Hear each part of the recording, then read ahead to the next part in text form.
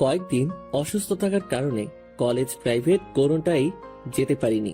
আজকে একটু ভালো লাগছে। সকালে কলেজে যেতে পারিনি, কিন্তু প্রাইভেটে যাচ্ছি। একাই যাচ্ছি। সবাই মনে হয় চলে গেছে। আমার যাওয়ার কোনো ইচ্ছাই ছিল না, কিন্তু ভালো লাগার ফলে যাচ্ছি। আর সামনে পরীক্ষা, এখন একটু পড়তে হবে, না হলে ফেল করব।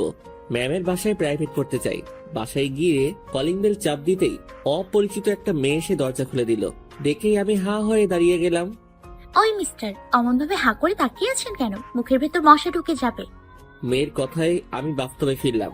না মানে, আমি মনে হয় ভুল বাসায় চলে এসেছি। আপনি কার বাসায় এসেছেন? জি, আশা ম্যামের কাছে প্রাইভেট পড়ি এসেছি। আর ম্যামের বাসা এই ফ্লোরেই। মনে হয় ম্যাম ফ্ল্যাট চেঞ্জ করেছে। আপনি ঠিক বাসায় এসেছেন। আপনাকে তো এর আগে কোনোদিন দেখিনি। তাহলে ম্যাম কি নতুন কাজের বুয়া রাখছে? না জেনে কথা বলেন কেন? আমাকে দেখে কি আপনার কাজের বুয়া মনে হয়?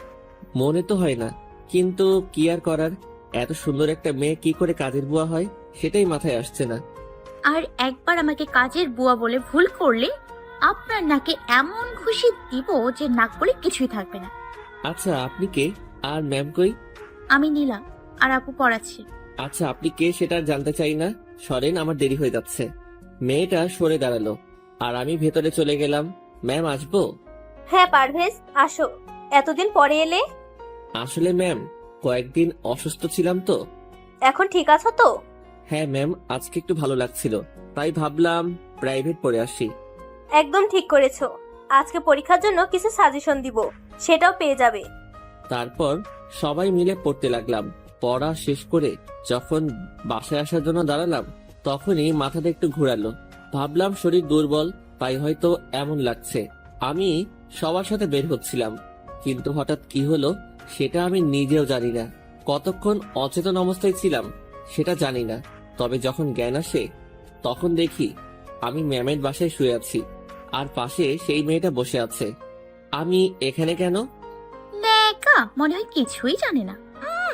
আমার উপর আপনি তখন ইচ্ছে করে পড়েছিলেন, তাই না? আমি আবার কখন আপনার উপর পড়তে গেলাম? একদম ঢং করবেন না। আপনার জন্য আপু আমাকে বকেছে জানেন? আপাকে কেন বকা দিছে? আপু ভেবেছে আমি আপনাকে ল্যাং মেরেছি, আর আপনি সেই ল্যাংয়ের জন্যই পড়ে গেছেন। আসলে আমি নিজেও জানি না আমার কেন এমন হলো। সুন্দরী মেয়ে চোখের সামনে দেখলে সবারই এমন হয়। এমন সময় ম্যাম এসে বলল, নীলা, কি সব বলছিস? তুই জানিস কলেজে যদি কোনো ভালো ছেলে থাকে, তাদের মধ্যে পারভেজ একজন। আপু তুমি জানো না, এই বদমাস ছেলে ইচ্ছে করে তখন আমার উপর হুমড়ি খেয়ে পড়েছিল। মারবো টেনে এক চড়। কি সব বলছিস? যে ছেলে কিনা সবসময় মেয়েদের থেকে দূরে থাকে, সেই ছেলে তোর উপর পড়বে? এটা আমি বিশ্বাস করব? আপু তুমি আমার বোন নাকি ওর বোন? এমন ভাবে বলছো মনে হয় আমি সব দোষ করেছি। ম্যাম, ওনার কোনো দোষ নেই। আসলে আমার মাথা প্রচন্ড ঘুরাচ্ছিল, তাই নিজেকে কন্ট্রোল করতে পারিনি। অসুস্থ, তাই তো এমন হয়েছে। এখন তুমি বাসায় যেতে পারবে। হ্যাঁ ম্যাম, পারবো। আচ্ছা, তাহলে যাও। আমি উঠে দাঁড়াতেই আবার মাথা ঘোরালো। আমি ধপ করে বসে পড়লাম। বুঝতে পেরেছি, তুমি একা যেতে পারবে না। এই নীলা, যা তো, ওকে একটু বাসায় দিয়ে আই। আপু তুমি কি পাগল হয়ে গেছো? আমি তো এখন তেমন কিছু চিনি না, জানি না। তো কি চিনতে হবে? আমি দিয়ে আসতাম। এখন আবার আমাকে একটু বাজারে যেতে হবে, তাই তোকে বলছি, যা দিয়ে আই। আর মহলাটা একটু দেখে আই। ম্যাম, আমি পারবো। শুধু শুধু ওনাকে কষ্ট করতে হবে না। পারবে মানলাম, কিন্তু যদি রাস্তায় মাথা ঘুরে পড়ে যাও, তাহলে কি হবে ভেবে দেখেছো? তাই নীলা তোমাকে নিয়ে যাক, আর বাসায় ছেড়ে দিয়ে আসুক। আমিও না করলাম না, কারণ সত্যি যদি মাথা ঘুরে পড়ে যাই তাহলে কি হবে? নীলাও মনে হয় ওর আপুকে খুব ভয় পায়, তাই আর না করেনি। নীলাকে সাথে করে বের হলাম। নীলা মনে হয় খুব বিরক্ত হচ্ছে। একবার তো বলেই বসলো, আচ্ছা এই অসুস্থ শরীর নিয়ে প্রাইভেটে না আসলে হয় না? আমি কি জানতাম নাকি? আগে জানলে আমার আবার এইরকম খারাপ লাগলে আমি কোনো দিন আসতাম না। শুনুন, এরপর যতদিন না সুস্থ হবেন তার আগে প্রাইভেটে আসবেন, বুঝলেন? আমি আর কোনো কথা বললাম না। নীলাই একটা রিক্সা ডেকে নিল। আমি রিক্সায় উঠে বললাম, থাক, আপনাকে আর যেতে হবে না, আমি একাই যেতে পারবো। একদম চুপ থাকেন। আজকে আপনার জন্য অনেকগুলো কথা শুনেছি, আর নতুন করে কোনো কথা শুনতে পারবো না। আপু যেটা বলেছে আমি সেটাই করব। একটু ওইদিকে চেপে বসেন। তাহলে আপনি আলাদা রিক্সায় যান না প্লিজ। একটু ওইদিকে চেপে বসেন। এত ভদ্র সাজার দরকার নেই। আমি আপনার গার্লফ্রেন্ড না যে আপনার সাথে চিপকে বসবো। আপনি যেমন মেয়েদের থেকে দূরত্ব বজায় রাখেন, আমিও ঠিক তেমন ভাবেই ছেলেদের থেকে দূরত্ব বজায় রাখি, বুঝলেন? এটা বলতে বলতে আমি রিক্সায় উঠে বসলাম। আমি একটু চেপে বসলাম, কিন্তু যতই চেপে বসি রিক্সা তো একজনের সাথে অন্যজনের টাচ লাগবেই। তবুও যতটা সম্ভব আমি চেপে বসেছি। আমি যতই চেপে বসছিলাম ঝাঁকিতে নীলা আমার দিকেই তত চলে আসছিল। চাপতে চাপতে এমন স্থানে চলে গেছি যে পড়ে যাবার উপক্রম হয়েছে। আরে করছেন কি? পড়ে যাবেন তো, এদিকে আসুন। কি করব? আপনি তো আমার দিকে চেপে আসছিলেন। আচ্ছা, আমি সরে বসছি, আপনি। শুনতে পেলাম। আমি তো ভয় শেষ, কারণ আব্বু আম্মুর সাথে আমার ব্যাপারে কথা বলছে। কতক্ষণ পর আব্বু আম্মু আমার রুমে আসলো। তা বাসাদন, পড়ালেখা বাদ দিয়ে আজকাল এসব তুমি কি করে বেড়াচ্ছ? আব্বু, তুমি কিসের কথা বলছো? এখন তুমি কিছুই জানো না? তা কতদিন ধরে এসব চলছে? আব্বু, আমি কিছুই বুঝতেছি না। আরে বাহ, বাসাদন আমার এখন কিছুই বোঝে না। আজকে যখন রিক্সায় অমন করে চিপকিয়ে ওই মেয়েটার সাথে যাচ্ছিলে, সেটা আমি দেখে ফেলেছি। ঘুরতে খুব ভালো লাগে, তাই না? এলাকায় কিভাবে আমার মান সম্মান ডোবানো যায় তুমি সেই চেষ্টা করে যাচ্ছ। তোর মনে নাই ছোটবেলায় আমি তোকে কি বলেছিলাম না মেয়েদের থেকে দূরে থাকতে? আব্বু, তুমি যাও তো আমার রুম থেকে, আমার ভালো লাগছে না। এখন কেন ভালো লাগবে? সব সত্যিটা তো আমি জেনে গেছি, তাই না? আব্বু, তুমি যাও তো, আমার ভালো লাগছে না, একটু শুয়ে থাকতে দাও। হ্যাঁ, এখন কেন ভালো লাগবে? সত্যিটা তো আমি জেনে গেছি। আব্বু, যা দেখেছো সেটা ভুল দেখেছো। ওই মেয়েটা আমার কেউ না, আজকে আমাদের প্রথম দেখা। ভালো তো, প্রথম দেখাতেই এত ঘনিষ্ঠতা, প্রথম দেখাতেই রিক্সাতে চিপকিয়ে যেতে হয়। আব্বু, তুমি সবকিছু না জেনে ভুলভাল বলছো কেন? আমি সবকিছু দেখেই বলেছি। তোমার দেখার মধ্যে ভুল ছিল আব্বু। ওটা আমার ম্যামের বোন, আমাকে বাসায় ছাড়তে আসছিল। তার মানে তুই ম্যাডামের বোনের সাথে রিলেশন করিস? ধুর, আমি আজকে পড়তে গিয়ে অসুস্থ হয়ে পড়েছিলাম, তাই ম্যাম তার বোনকে বলেছিল আমাকে এই বাসায় পৌঁছে দিতে। যদি তাও বিশ্বাস না করো তাহলে ম্যামকে ফোন দিয়ে জেনে নাও। এই কথাটা এতক্ষণ বলিস নাই কেন? শুধু শুধু এতগুলো কথা খরচ করলাম। আব্বু, তুমি আমাকে বলতে দিলে তো বলতাম, তুমি তো নিজের মতো করে বানিয়ে বলছিলে। কি করব বল, ওই মেয়েটার সাথে তোকে দেখে রাগ হচ্ছিল তাই। আচ্ছা, এখন কেমন লাগছে? আর তুই সময় মতন ওষুধ খাচ্ছিস তো? আব্বু, যাচ্ছি। আমি এখন ঘুমাবো, তুমি যাও তো। তারপর আব্বু আর আম্মু চলে গেল, আর আমিও শান্তির ঘুম ঘুমাইলাম। কয়েকদিন পর আমি সুস্থ হয়ে গেছি, তাই আজ থেকে আবার কলেজে যাব। রেডি হয়ে বের হচ্ছিলাম, তখন পেছন থেকে আম্মুর ডাক। এই পারভেজ, দাঁড়া। হ্যাঁ আম্মু, বলো। এই নে তোর এই কদিনের সব পকেট মানি। কিন্তু আম্মু, আমি তো এই কদিন কলেজে যাই নাই। তুই গেলে তো লাগতো, আর রেখে দে, কাজে লাগতে পারে। আমি আম্মুর কাছ থেকে টাকা নিয়ে কলেজে চলে গেলাম। পকেট ভর্তি আজ টাকা, তাই একটু ফুটানি মেরে রিক্সায় না গিয়ে মোটর সাইকেল কলেজে গেলাম। মাত্র নেমেছি আর অমনি হারামি সোহেল আর আলামিন আসলো। কিরে মামু, শুনলাম তুই নাকি ম্যাডামের বোনের সাথে টাঙ্কি মারছিস। দূর শালা, এসব কি বলিস? জানি, সেদিন নাসির সব দেখেছিল।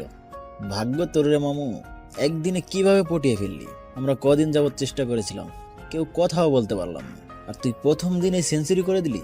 তা তোর মহারানী এখনো আসলো না কেন? আমার মহারানী মানে? মহারানী মানে নীলা এখনো আসলো না কেন? নীলা কেন এখানে আসতে যাবে?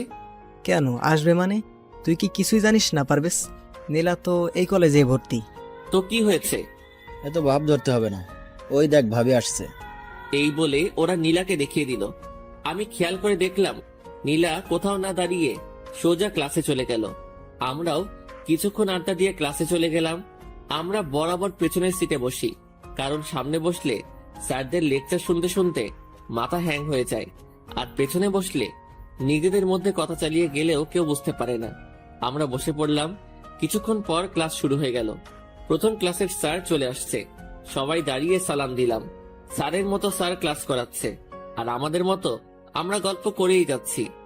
দোস্ত, আজ অনেক দিন হলো মিমের পেছনে লেগে আছি, কিন্তু কোনো কাজ হচ্ছে না। শুধু তো ঘুরেই যাচ্ছিস কেন? সামনে দাঁড়িয়ে তোর ভালোবাসার কথা বিমকে বলেছিলি? একবার বলেছিলাম, তারপর থেকে আমি কানে কম শুনি। তো আরেকবার বল, দেখবি প্রবলেম ঠিক হয়ে গেছে। আমি কিছু করতে পারবো না, তুই কিছু একটা আইডিয়া দে না রে ভাই। দেখ তো মিম কোথায় বসেছে। ওই দেখ, নীলার সাথেই বসেছে। আরে নীলা কোথায় বসেছে? ওই তো, ওই যে দেখ, আমাকে দেখিয়ে দিয়ে বলে। এক কাজ কর, একটা কাগজে ছোট করে লেখ আই লাভ ইউ। দেখলাম, তারপর? ওইটাকে ছোট্ট করে ভাঁজ কর। আলামিন ছোট ভাঁজ করে বলল, হ্যাঁ করেছি। এখন এটা দিয়ে কি করবি? এখন আমি এটা মিমকে ছুড়ে মারবো। মিম তোর দিকে তাকাবে, তখন তুই ইশারায় বুঝিয়ে দিবি তুই ওকে খুব ভালোবাসিস। ও যদি স্যারকে বলে দেয়? আরে ভয় পাস না, ও স্যারকে কিছু বলবে না, আর পরে তোকে চড়ও মারবে না। এইভাবে কয়েকদিন করে দেখ, মিম তোর প্রেমে পড়ে যাবে। তাহলে এখনো এটা নিয়ে বসে আছি কেন? দে, ছুড়ে দেই। আমি কাগজটা ছুড়ে মারলাম, কিন্তু সেটা মিমের কাছে না গিয়ে চলে গেল নীলার কাছে। নীলা কাগজটা খুললো, তারপর আমাদের দিকে তাকালো। আমরা তো ভয় শেষ। আর এরই মধ্যে নিতু নীলার কানের কাছে কিছু একটা বলল। নীলা দাঁড়িয়ে স্যারকে ডাকলো। স্যার, এটা কি লেখাপড়া করার জায়গা নাকি প্রেম নিবেদন কেন্দ্র? কেন নীলা, কি হয়েছে? এই দেখেন স্যার, পেছন থেকে এটা আমাকে ছুড়ে দিয়েছে। স্যার নীলার হাত থেকে নিয়ে নিল। কে দিয়েছে, তুমি দেখেছো? স্যার, হ্যাঁ স্যার, আমি দেখেছি। ওই ছেলেটা দিয়েছে। আমাকে দেখিয়ে দিয়ে বলল। স্যার আমাকে দাঁড়াতে বললেন। পারভেজ, তুমি কি এই কাগজ ছুঁড়ে মেরেছো?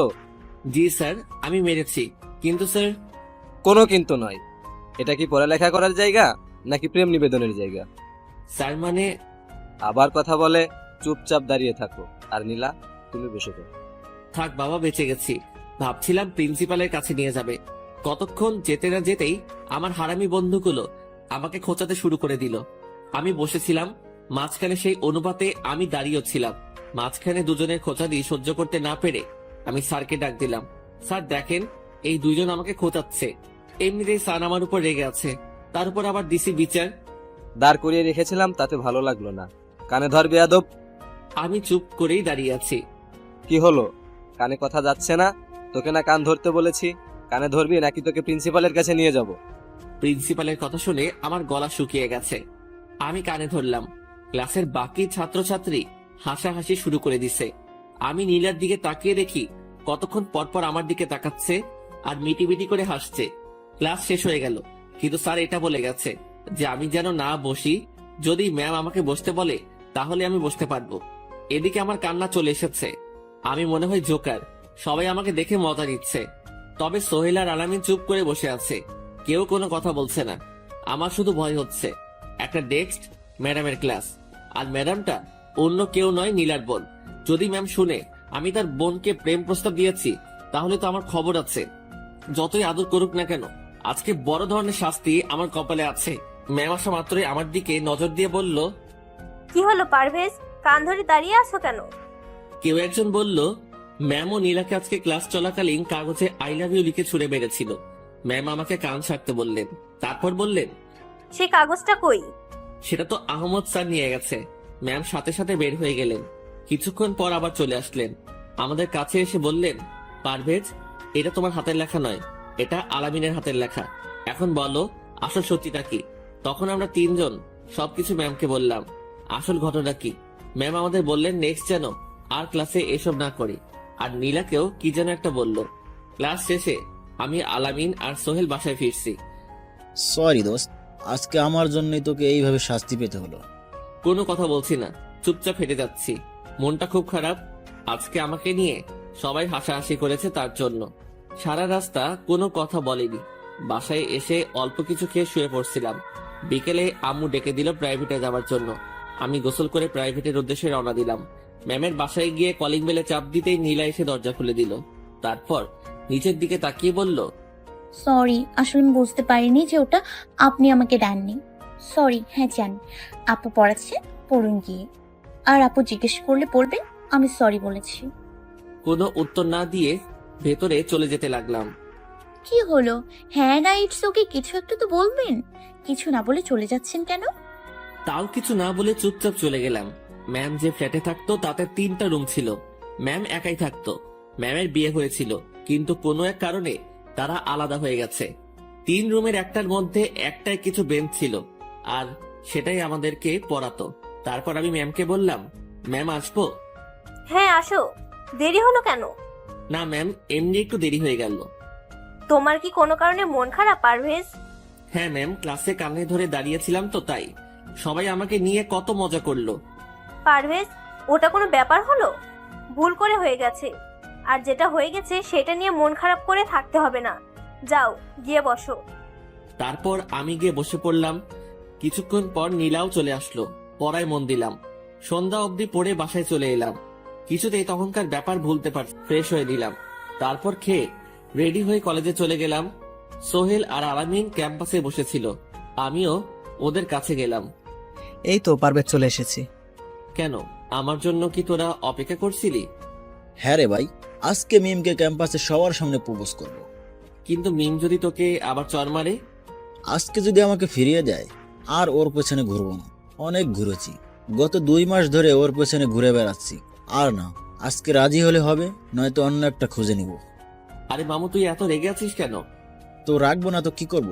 মিম আমার সামনে আসলেই রেগে যায়, আর আজকে ওই ছেলেটার সাথে আসলো, তাও আবার এত ক্লোজ হয়ে। এইবার বুঝলাম আলামিন কেন সকাল থেকে এত রেগেছিল। আচ্ছা চল তাহলে প্রপোজ করে আসি। চল। আমরা 3 জন মিলে মিমের কাছে চলে গেলাম। নাজমুল মিমকে উদ্দেশ্য করে বলল, এই মিম, একটু শোনো। কি ব্যাপার, আবার তুমি এসেছো? তোমাকে না বলে দিছিলাম আমার সামনে না আসতে? আর ভালো কথা, তুমি ক্লাসে অমনভাবে আমার দিকে তাকিয়ে কেন থাকো? ওমা, তুমি সেটা খেয়াল করো নাকি? তার মানে তুমিও আমার দিকে তাকিয়ে থাকো? আমি মোটেও তোমার দিকে তাকাই না। আমার বান্ধবীরা বলে তুমি আমার দিকে তাকিয়ে থাকো। সে যাই হোক, আমি তোমাকে এই শেষবারের মতো বলতে এসেছি, আমি তোমাকে ভালোবাসি। কিন্তু আমি তোমাকে ভালোবাসি না, আর কোনোদিন বাসবও না। আলামিন এই উত্তরটা শুনেই সোজা ক্লাসে চলে গেল। আমি আর সোহেলও সেখানে দাঁড়িয়ে না থেকে ক্লাসে চলে গেলাম। ক্লাসে গিয়ে দেখি আলামিন শেষের বেঞ্চে বসে বাচ্চাদের মতো কান্না করছে। কিরে ভাই, কান্না করছিস কেন? কান্না করবো না তো কি করব? আমি মিমকে কত ভালোবাসি, সেটা মিম বুঝলো না কেন? আরে ব্যাপার না, একটা হয়নি তো কি হয়েছে? ওর থেকে অনেক ভালো মেয়ে তোর জীবনে আসবে। আমার তো ওর থেকে ভালো কাউকে চাই না। আমি মিমকেই চেয়েছিলাম, কিন্তু মিম আমাকে কোনোদিনও চায়নি। না, অনেক হয়েছে। আজ থেকে আমি মিমকে ভুলে যাব। এটাও ভুলে যাব আমি কোনোদিন মিমকে ভালোবেসেছিলাম। সেটাই কর ভাই, আর কান্না থামা। সবাই তোর দিকে তাকিয়ে আছে। নাজমুল নিজের চোখে পানি মুছে ফেললো। এর মধ্যে ক্লাসে নীলা আসছে। আমি দেখেও না দেখার ভান করলাম, কারণ নীলাকে দেখলেই আমার কালকের কথা মনে পড়ে যাচ্ছিল। নীলাও আমার দিকে চেয়ে আছে, সেটা একটু খেয়াল করছিলাম। অনেকক্ষণ আমার দিকে তাকিয়েছিল। সোহেল কতক্ষণ পর পর আমাকে বলছিল, বন্ধু, নীলা তোর দিকে তাকিয়ে আছে। আরে তাকিয়ে থাকতে দে। তারপর ক্লাসে স্যার আসলো। ক্লাস চলাকালীন সময়ে স্যার আমাদের কাছে আসলো। আমরা তো আবার ভয়ে শেষ, কারণ আজকে মনে হয় মিম স্যারের কাছে বিচার দিয়েছে। আমরা স্বাভাবিক থাকার চেষ্টা করছি, কিন্তু কিছুতেই পারছি না। পারভেজ শোনো, কাল যা হয়েছে সেটার জন্য মন খারাপ করো না। তবে এটা সত্যি যে তোমরা অন্যায় করেছো, আর এটা প্রিন্সিপালের কাছে গেলে অনেক সমস্যায় পড়তে হতো তোমার। তাই আর এমন কাজ করো না। সামনে পরীক্ষা, তাই মন দিয়ে পড়ালেখা করো। এই কথা বলেই স্যার চলে গেলেন, আর আমরা হাফ ছেড়ে বাঁচলাম। স্যার যখন আমাদের সাথে কথা বলছিল, নীলা আমাদের দিকে তাকিয়ে মিটি মিটি হাসছিল। প্রতিদিন আলামিন ক্লাস করা বাদ দিয়ে মিমের দিকে তাকিয়ে থাকতো, কিন্তু আজ আলামিন একবারও মিমের দিকে তাকায়নি। আমি লক্ষ্য করেছিলাম মিম কয়েকবার আমাদের দিকে তাকিয়েছিল। কয়েকদিন হয়ে গেছে আলামিন এখন আর মিমের দিকে ফিরেও তাকায় না। মিম এখন তাকিয়ে থাকে। যখন আলামিনকে বলি, দোস্ত দেখ, তোর দিকে তো মিম তাকিয়ে আছে। আরে তাকিয়ে থাকতে দে, তাতে আমার কি? 9 দিন পর নীলার সাথে এখন একটু একটু কথা হয়। আমি নিজেই বলি না, ভালো লাগে না কথা বলতে, তাই কথা বলি না। দোস্ত, সবার জন্য একটা গুড নিউজ আছে। গুড নিউজটা কি? আমার ছোট মামার বিয়ে, আমরা যাচ্ছি সবাই। আমরা মানে কারা? আমার পরিবার তো যাচ্ছে, সাথে তুই আর পারবেশ। আর শোন, এটা ভেবে ভয় পাস না, কিন্তু তোদের টাকা পয়সা খরচ করতে হবে না। ওখানে যাওয়া, খাওয়া আর ফিরে আসার সব টাকায় আমিই দিব। কিন্তু আমার আব্বু আম্মু তো আমাকে যেতে দিবে না। তোদের দুজনের যেতেই হবে, না গেলে একটুও মজা করতে পারবো না। আচ্ছা, আমি তোকে সন্ধ্যায় জানিয়ে দিব, কিন্তু কবে যেতে হবে? আমরা আগেই চলে যাব। আচ্ছা, আমি বাসায় গিয়ে আব্বু আম্মুর সাথে কথা বলি। তা আলামিন, তুই যাবি তো? শিওর দিয়ে বলতে পারছি না, তবে যাওয়ার ট্রাই করব। তারপর একে অপরকে বিদায় দিয়ে যার যার বাসায় চলে গেলাম। বাসায় এসে আম্মু আব্বুকে বলতেই তারা রাজি হয়ে গেল। এত সহজে আব্বু আম্মু রাজি হয়ে যাবে সেটা ভাবতে পারিনি। আমি সোহেলকে জানিয়ে দিলাম আমি যাচ্ছি সন্ধ্যায়। সোহেল আমাকে ফোন করে জানিয়ে দিল আলামিনও যাচ্ছে। পরদিন আর কেউ কলেজে গেলাম না। কুমিল্লার একটা গ্রামে যাব। বড় হয়েছি শহরের, তাই আমার আর তর্স হয়েছে না গ্রাম দেখার জন্য। আমরা তিনজনেই যাচ্ছি। আব্বু আমাকে কিছু টাকা দিল, আর আমার কাছেও কিছু ছিল। খুব ভালোভাবে হয়ে যাবে। সোহেল নিজের টাকায় টিকিট কিনলো। তারপর কয়েক ঘন্টা জার্নি করে আমরা চলে আসলাম রাফির নানু বাসায়। সেখানে সবার সাথে পরিচয় করিয়ে দিল। বিকেলবেলা আমরা গ্রাম ঘুরতে বের হলাম। আলামিন যেখানেই মেয়ে দেখছে সেখানেই দাঁড়িয়ে সেলফি তুলছে, সাথে আমাদের দুজনকে নিয়েই তুলছে আর ফেসবুকে আপলোড দিচ্ছে। এইভাবে দুদিন কাটালাম। আজকে বিয়ে, বাসায় মেহমানে ভর্তি, কতগুলো মেয়ের সাথে আমাদের ভালোই পরিচয় হলো। আলামিন তো মেয়েদের সাথে একদম চিপকিয়ে থাকে আর সেলফি তুলে আপলোড দেয়। কেন এমন করছে সেটা কিছুই বুঝতে পারছি না। তবে মেয়েগুলো বেশ মিশুক, অল্পতেই আমাদের সাথে মিশে গেছে। সেদিন বিকেল বেলা আমরা একসাথে ঘুরতে বের হলাম, একদম জোড়ায় জোড়ায়। আমরা তিনজন, ওরাও তিনজন, আর একজন ছেলে একজন মেয়ে। এমন ভাবে সারি ধরে হাঁটছি। আজকে কেন জানি আমাদেরও ছবি তুলতে খুব ইচ্ছা করছিল। যে যার যার মতো ছবি তুলে নিলাম। এর মধ্যে ঘটে গেছে আরেক কাণ্ড। সোহেলের নাকি অহনাকে ভালো লেগে গেছে। অহনা হলো আমাদের সাথে যে তিনজন ঘুরতে এসেছিল তাদের মধ্যে একজন। দোস্ত, আজকেই শেষ দিন। যে করেই হোক আজকের মধ্যেই পটাতে হবে। পটাতে না পারলে আমি প্রেম করার আগেই দেবদাস হয়ে যাব। প্লিজ দোস্ত, একটু লাইন করিয়ে দে না। আচ্ছা একটু দাঁড়া, দেখছি। আমি অহনাকে ডেকে বললাম, অহনা, তোমাকে একটা পার্সোনাল কথা জিজ্ঞেস করি। হ্যাঁ করো, কি করবে? তোমার বয়ফ্রেন্ড আছে? না কেন? কিভাবে যে বলি। কোনো সমস্যা? আসলে হয়েছে কি, রাফি তোমাকে ভালোবেসে ফেলেছে। আমার কথা শুনে অহনা একটু ভেবাচাকা খেয়ে গেল। তারপর সোহেলের কাছে চলে গেল। সোহেল মনে হয় ভয় পাচ্ছে, অহনার দিকে তাকাতে পারছে না। কি হলো? অমন ভাবে মাটির দিকে তাকিয়ে আছো কেন? কথা আছে তোমার সাথে, চলো ওইদিকে। এই বলে সোহেলকে একটু আড়ালে নিয়ে গেল আর আমাদেরকে বলে গেল আমরা যেন ওদের কাছে না যাই। এমনিতেও কারো পার্সোনাল সময় ডিস্টার্ব না করাই ভালো। তাই আমরা সবাই দাঁড়িয়েছিলাম। কতক্ষণ পর ওরা আসলো। সোহেলের গাল লাল হয়ে আছে, অহনা মিটি মিটি হাসছে। কিরে সোহেল, তোর গাল অমন দেখাচ্ছে কেন? একটু আদর করেছি তাই তো লাল হয়ে আছে। আদর করলে গাল লাল হয় নাকি? হ্যাঁ হয়তো। আসলে আদরটা করতাম না, যদিও নিজে থেকে এসে আমাকে প্রপোজ করত। আমি এর আগেও অনেকবার খেয়াল করেছিলাম, সোহেল যখনই ওর নানুর বাসায় আসতো আমার দিকে কেমন করে তাকিয়ে থাকতো। আমি বুঝতে পারতাম কিছু একটা ব্যাপার আছে। কখনো ও নিজে থেকে এসে ভালোবাসি কথাটা বলে সাহস পায়নি, কিন্তু আজ আপনাকে দিয়ে। সে যাই হোক, এখন থেকে আমি আপনাদের ভাবি। আর ওই তোরা শোন, এখন থেকে সোহেল তোদের দুলাভাই। তারপর সবাই বাসায় চলে আসলাম। সেদিন আলামিন যত পেরেছে ছবি তুলেছে, শালা পাগল হয়ে গেছে।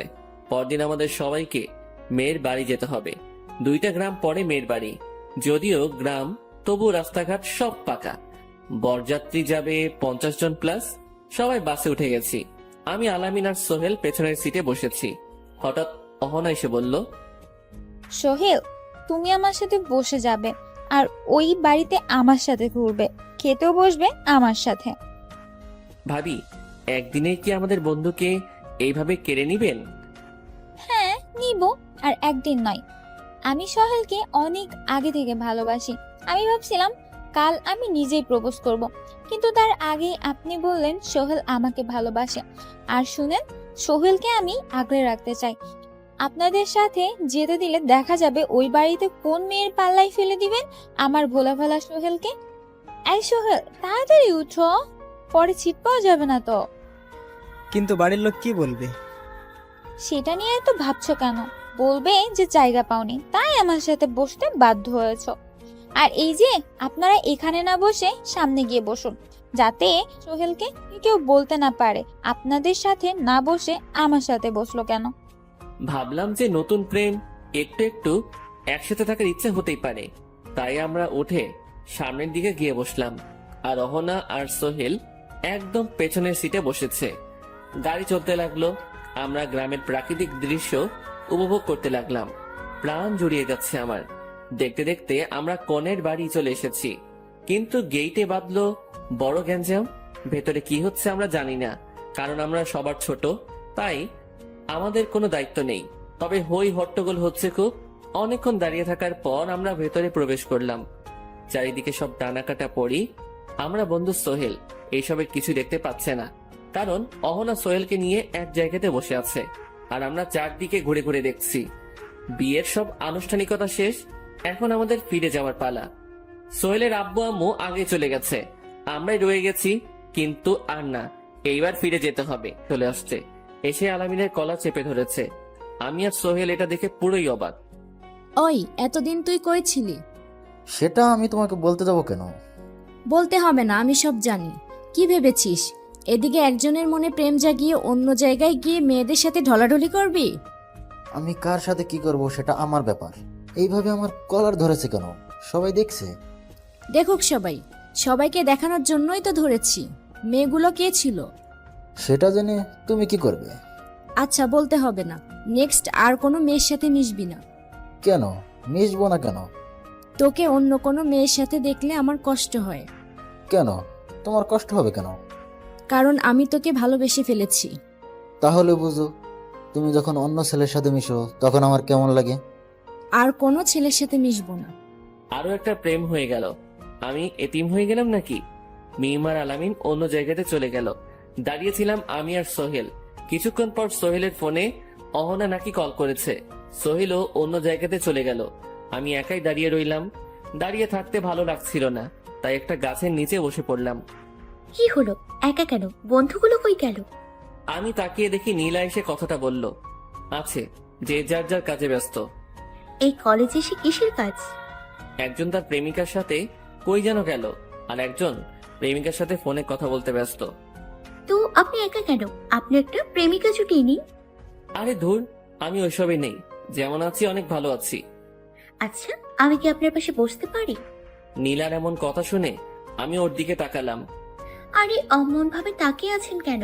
আমি আপনার পাশে বসতে চেয়েছি, কারণ আপনিও একা আর আমিও একা। দুজনের কারোরই কথা বলার মতো কেউ নেই, তাই আর কি দুজনে একটু গল্প করতাম। হ্যাঁ, বসে পড়ুন। নীলা আমার পাশে বসলো। নীলা বসার পর আমি একটু সরে বসলাম, কারণ নীলা যেইভাবে বসেছে তাতে করে ওর শরীরের সাথে স্পর্শ হতো। আপনি না সত্যি একটু ভীতু। কেন? আমি ভীত হতে যাব কেন? ওই যে সরে বসলেন তাই। আচ্ছা বাদ দিন, এতদিন ছিলেন কোথায়? এক ফ্রেন্ডের মামার বিয়েতে গেছিলাম। এখানে এমন ভাব ধরেন যেন আপনি মেয়েদের একদম সহ্য করতে পারেন না। মেয়েদের সাথে মিশতে আপনার একদম ভালো লাগে না। হ্যাঁ, ঠিক বলেছেন।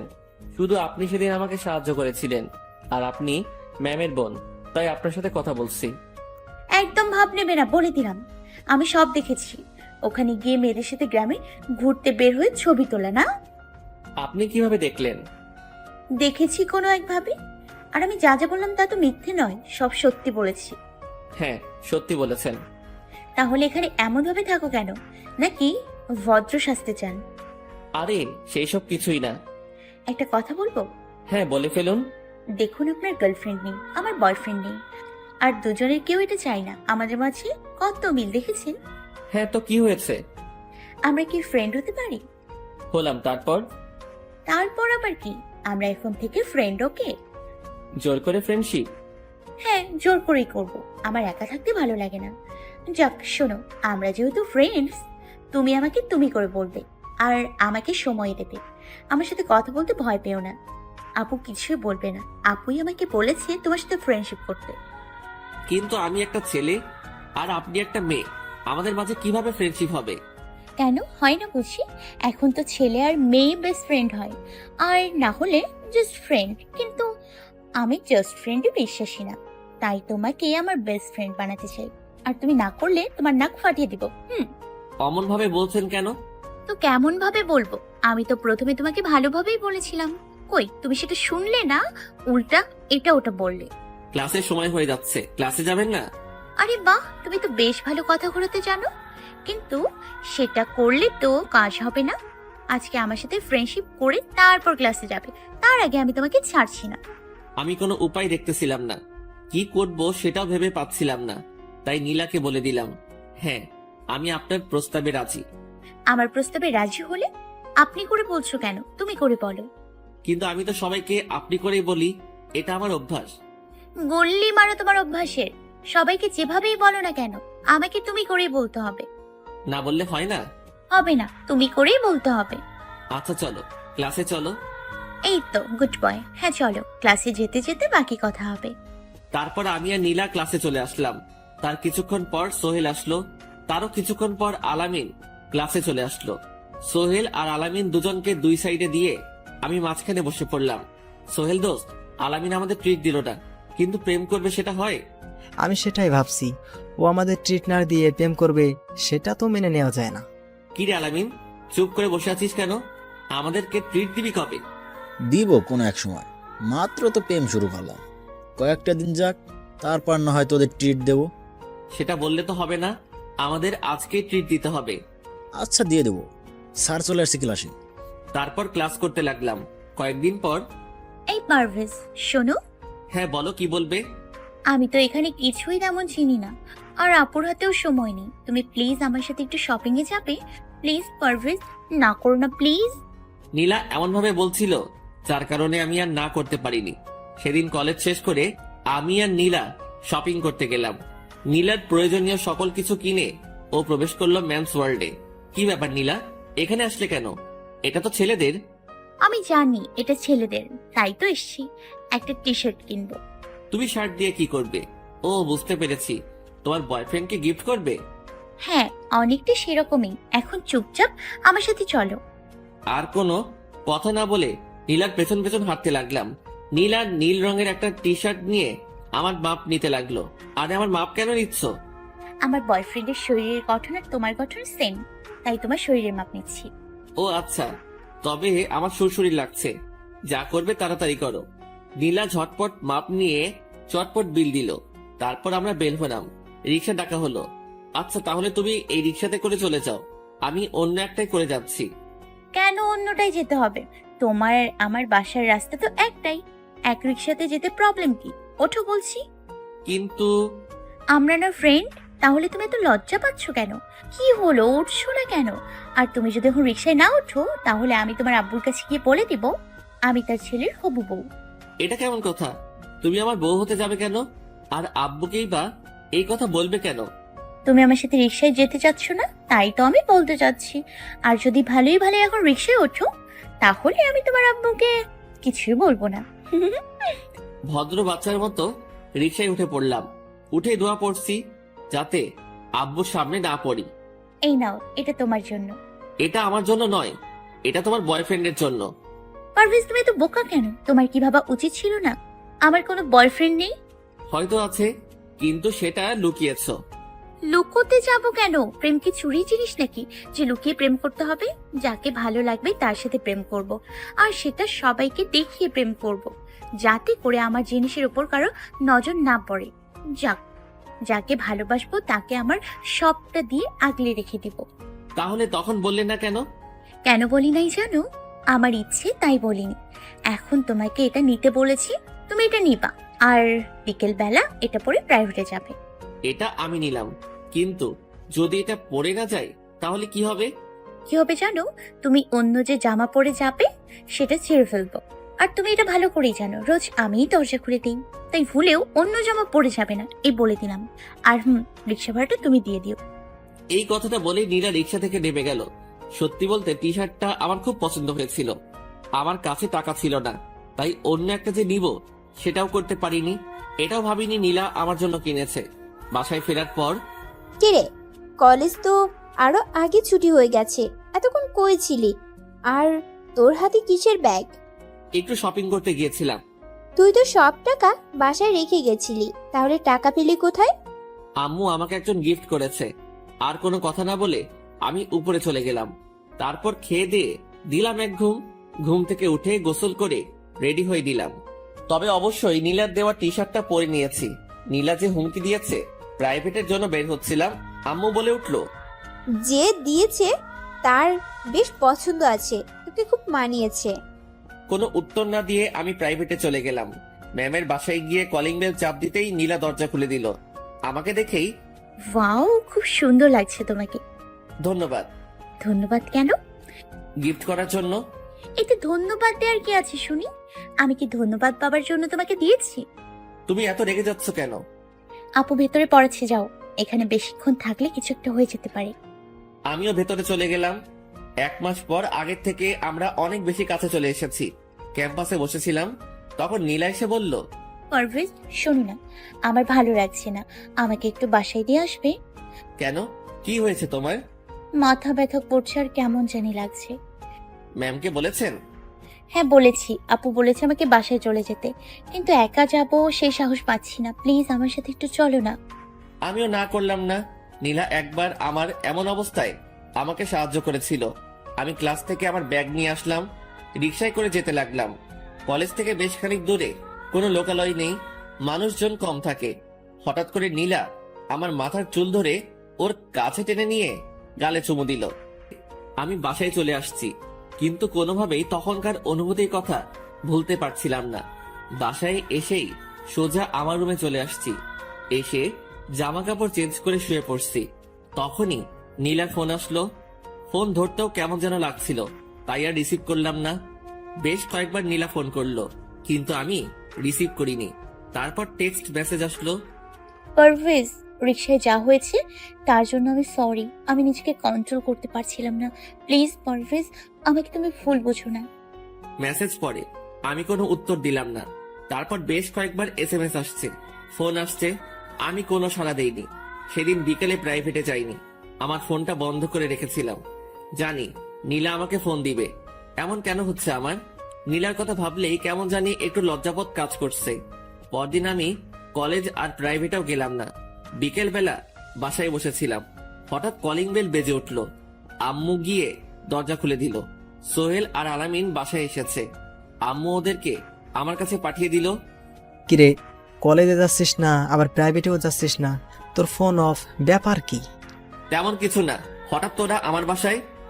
এসেছি আর সাদে, আমাদের ম্যামের বোন আছে না, ওই তো আমাদের তোর বাসায় আসতে বাধ্য করলো। কেন, নীলার আবার আমাকে কিসের দরকার?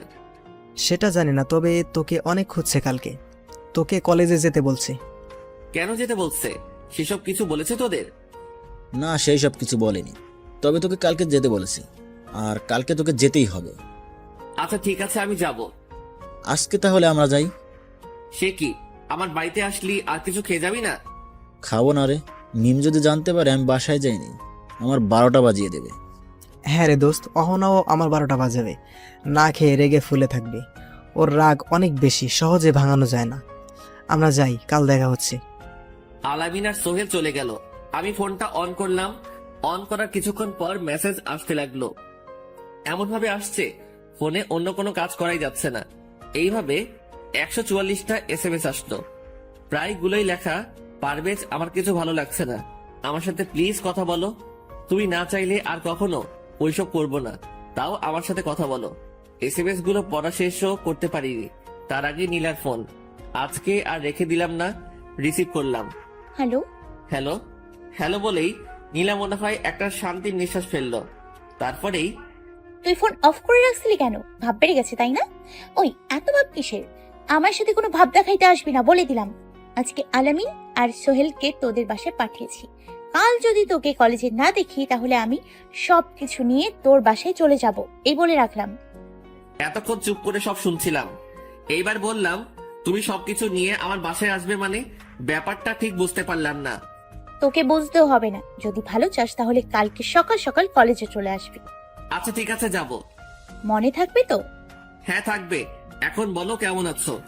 তুই ভালো থাকতে দিলে তো ভালো থাকবো। এই তুমি আমাকে তুই করে বলছো কেন? না, আদর করবো শোনা। আমার ফোনে ব্যালেন্স নেই, তাই আজ রাখলাম, কাল কলেজ দেখা হচ্ছে। তুমি কি আমাকে মারবে? নীলা কল কেটে দিল। নীলার কিছু কথা আমার অস্বাভাবিক লাগলো। এত অধিকার বোধ দেখালো, তার মানে কি নীলা আমাকে ভালোবাসে? সেদিনের পর থেকে আমি নীলাকে নিয়ে একটু বেশি ভাবছি। সব সময় মাথার মধ্যে শুধু নীলা নীলা। পরদিন কলেজে যাচ্ছি, রিক্সায় করে কলেজে গেলাম। রিক্সা থেকে নেমে ভাড়া দিতে যাব, তার আগে কোথা থেকে যেন নীলা আসলো, এসে আমাকে টানতে শুরু করলো। আরে আরে, আমাকে এমন ভাবে টানছো কেন? চলো ওইদিকে, তোর সাথে কথা আছে। আগে ভাড়াটা তো দিতে দিবে।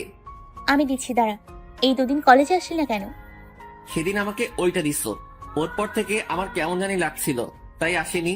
নীলা আবারও আমাকে জড়িয়ে ধরে একটা চুমু দিয়ে বলল, দেখবি এইবার আর এরকম লাগবে না। এই তুমি না বলছিলে আর কখনো দিবে না?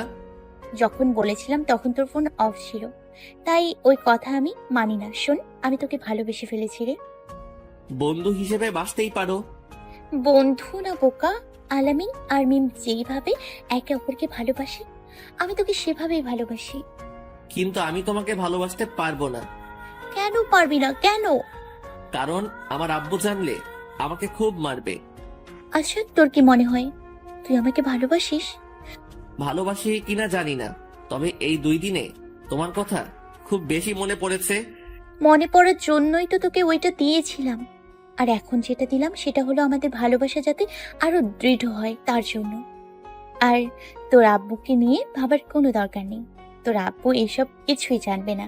আর যদি তুই আমাকে ভালো না বাসিস, আমি তোর আব্বুকে গিয়ে বলে দিব তুই আমার গলায় ছুরি ধরে আমার কাছ থেকে জোর করে কিস আদায় করে নিয়েছিস। আচ্ছা, এই রিলেশনশিপে কি না গেলেই নয়, আমরা বন্ধু আছি, তাতেই তো আমরা ভালো আছি। আমি ভালো নেই, আমি তোকে ভালোবাসি, আর সেই তুই আমার বন্ধু হয়ে আমার থেকে দূরে দূরে থাকিস। তোকে কাছে পেয়েও আপন করে নিতে পারি না, তাই আমার সাথে রিলেশন করতেই হবে। আর আমিও জানি তুই একটু একটু করে আমাকে ভালোবাসতে শুরু করেছিস। কিভাবে বুঝলে? তাই তো আমাকে নিয়ে এই কয়েকদিন এত ভেবেছিস, ভালো না বাসলে এত ভাবতি না। হবে হয়তো, কিন্তু রিলেশনশিপে না যাওয়াই ভালো। দেখো, এখন আমরা বন্ধু আছি, কোনো ঝামেলা নেই, কিন্তু যখন রিলেশনশিপে যাব একজন অন্যজনের প্রতি অধিকার বোধ দেখাবে, নিজের ইচ্ছা মতো অন্যজনকে চালাতে চাইবে, আর এটা চাইবো সে শুধু আমাকে ভালোবাসুক, আমাকে সময় দিক। কিন্তু যদি এমনটা না হয় তাহলে হবে ঝগড়া বাড়বে, ঘৃণা, দূরত্ব। সেটা কি তুমি চাও? এসব আমি যেমন চাই না তেমন এটাও চাই না তোর সাথে বন্ধুত্ব। আমি তোকে আমার করে পেতে চাই, এটাই আমার শেষ কথা। আচ্ছা, আমাকে ভাবার জন্য একটু সময় দিতে হবে। আমি জানতাম ভালোভাবে বললে তুই রাজি হবি না, তাই তো এই দেখ এটা নিয়ে এসছি, আর সাথে এটাও লিখে নিয়ে এসছি, নীলার হাতে একটা ব্লেড আর একটা কাগজ। ব্লেড দিয়ে কি করবে? কি করব বুঝতে পারছিস না? সুইসাইড করব, তার জন্য তোকে দায়ী করে যাব। এটাই লেখা আছে, আমার সাথে প্রেমের অভিনয় করে তুই আমাকে ধোঁকা দিয়েছিস, সেই দুঃখ সহ্য করতে না পেরে নিজেকে শেষ করে দিলাম। এইসব পাগলামি বন্ধ করো প্লিজ। করব, আগে আমাকে আই লাভ ইউ বল। আমি কি করব কিছু ভেবে পাচ্ছি না। আচ্ছা, এখনকার মতো বলে দেই, নীলা, আই লাভ ইউ। অমন ভাবে বলে হবে না, আমাকে জড়িয়ে ধরে বলতে হবে। যদি না বলিস তাহলে দিলাম দিলাম হাতে টান। কোনো উপায় না পেয়ে নীলাকে আলতো করে জড়িয়ে ধরলাম। আলতো করে জড়িয়ে ধরলে হবে না, শক্ত করে জড়িয়ে ধরে বল। আমি আরো শক্ত করে জড়িয়ে ধরে বললাম, I love you. I love you too. হঠাৎ কারো উপস্থিতি টের পেলাম। আমি নীলাকে ছেড়ে দিলাম। পাশ থেকে সোহেল, আলামিন আর মিম বের হয়ে আসলো। কিরে বেটা, ছেড়ে দিলি কেন? ফ্রিতে ভালোই মুভি দেখছিলাম, সেটা বন্ধ করে দিলি কেন? তার মানে তোরা এতক্ষণ এখানেই ছিলি? হ্যাঁ ভাইয়া, আপনি কিভাবে ডুবে ডুবে জল খান সেটাই দেখলাম। এমনিতে তো মেয়েদের থেকে 10 হাত দূরে থাকেন, আর এখানে কি না ডুবে ডুবে জল খাচ্ছেন? কিছু বলতে পারছিলাম না, আর নীলাও কিছু বলছিল না। ভাইয়া, আজকে আমাদের সবাইকে ট্রিট দিতে হবে। ঠিক বলছো পারবেশ, আজকে ট্রিট দিবি, চল। কিসের ট্রিট? আমি কেন ট্রিট দিব? আমার আগে তোরা প্রেম করছিস, কই সেটা ট্রিট দিয়েছিস? আগে তোরা দুজন ট্রিট দে, তারপর আমি দিব, তার আগে কিছু দিব না। এইভাবে বলছিস কেন ভাই? আমরা আগে প্রেম করেছি বলে কি আগে আমাদের ট্রিট দিতে হবে? তুই আজকে দে, পরে না হয় আমি দেব। আচ্ছা, আমি সবাইকে ট্রিট দেবো আজ।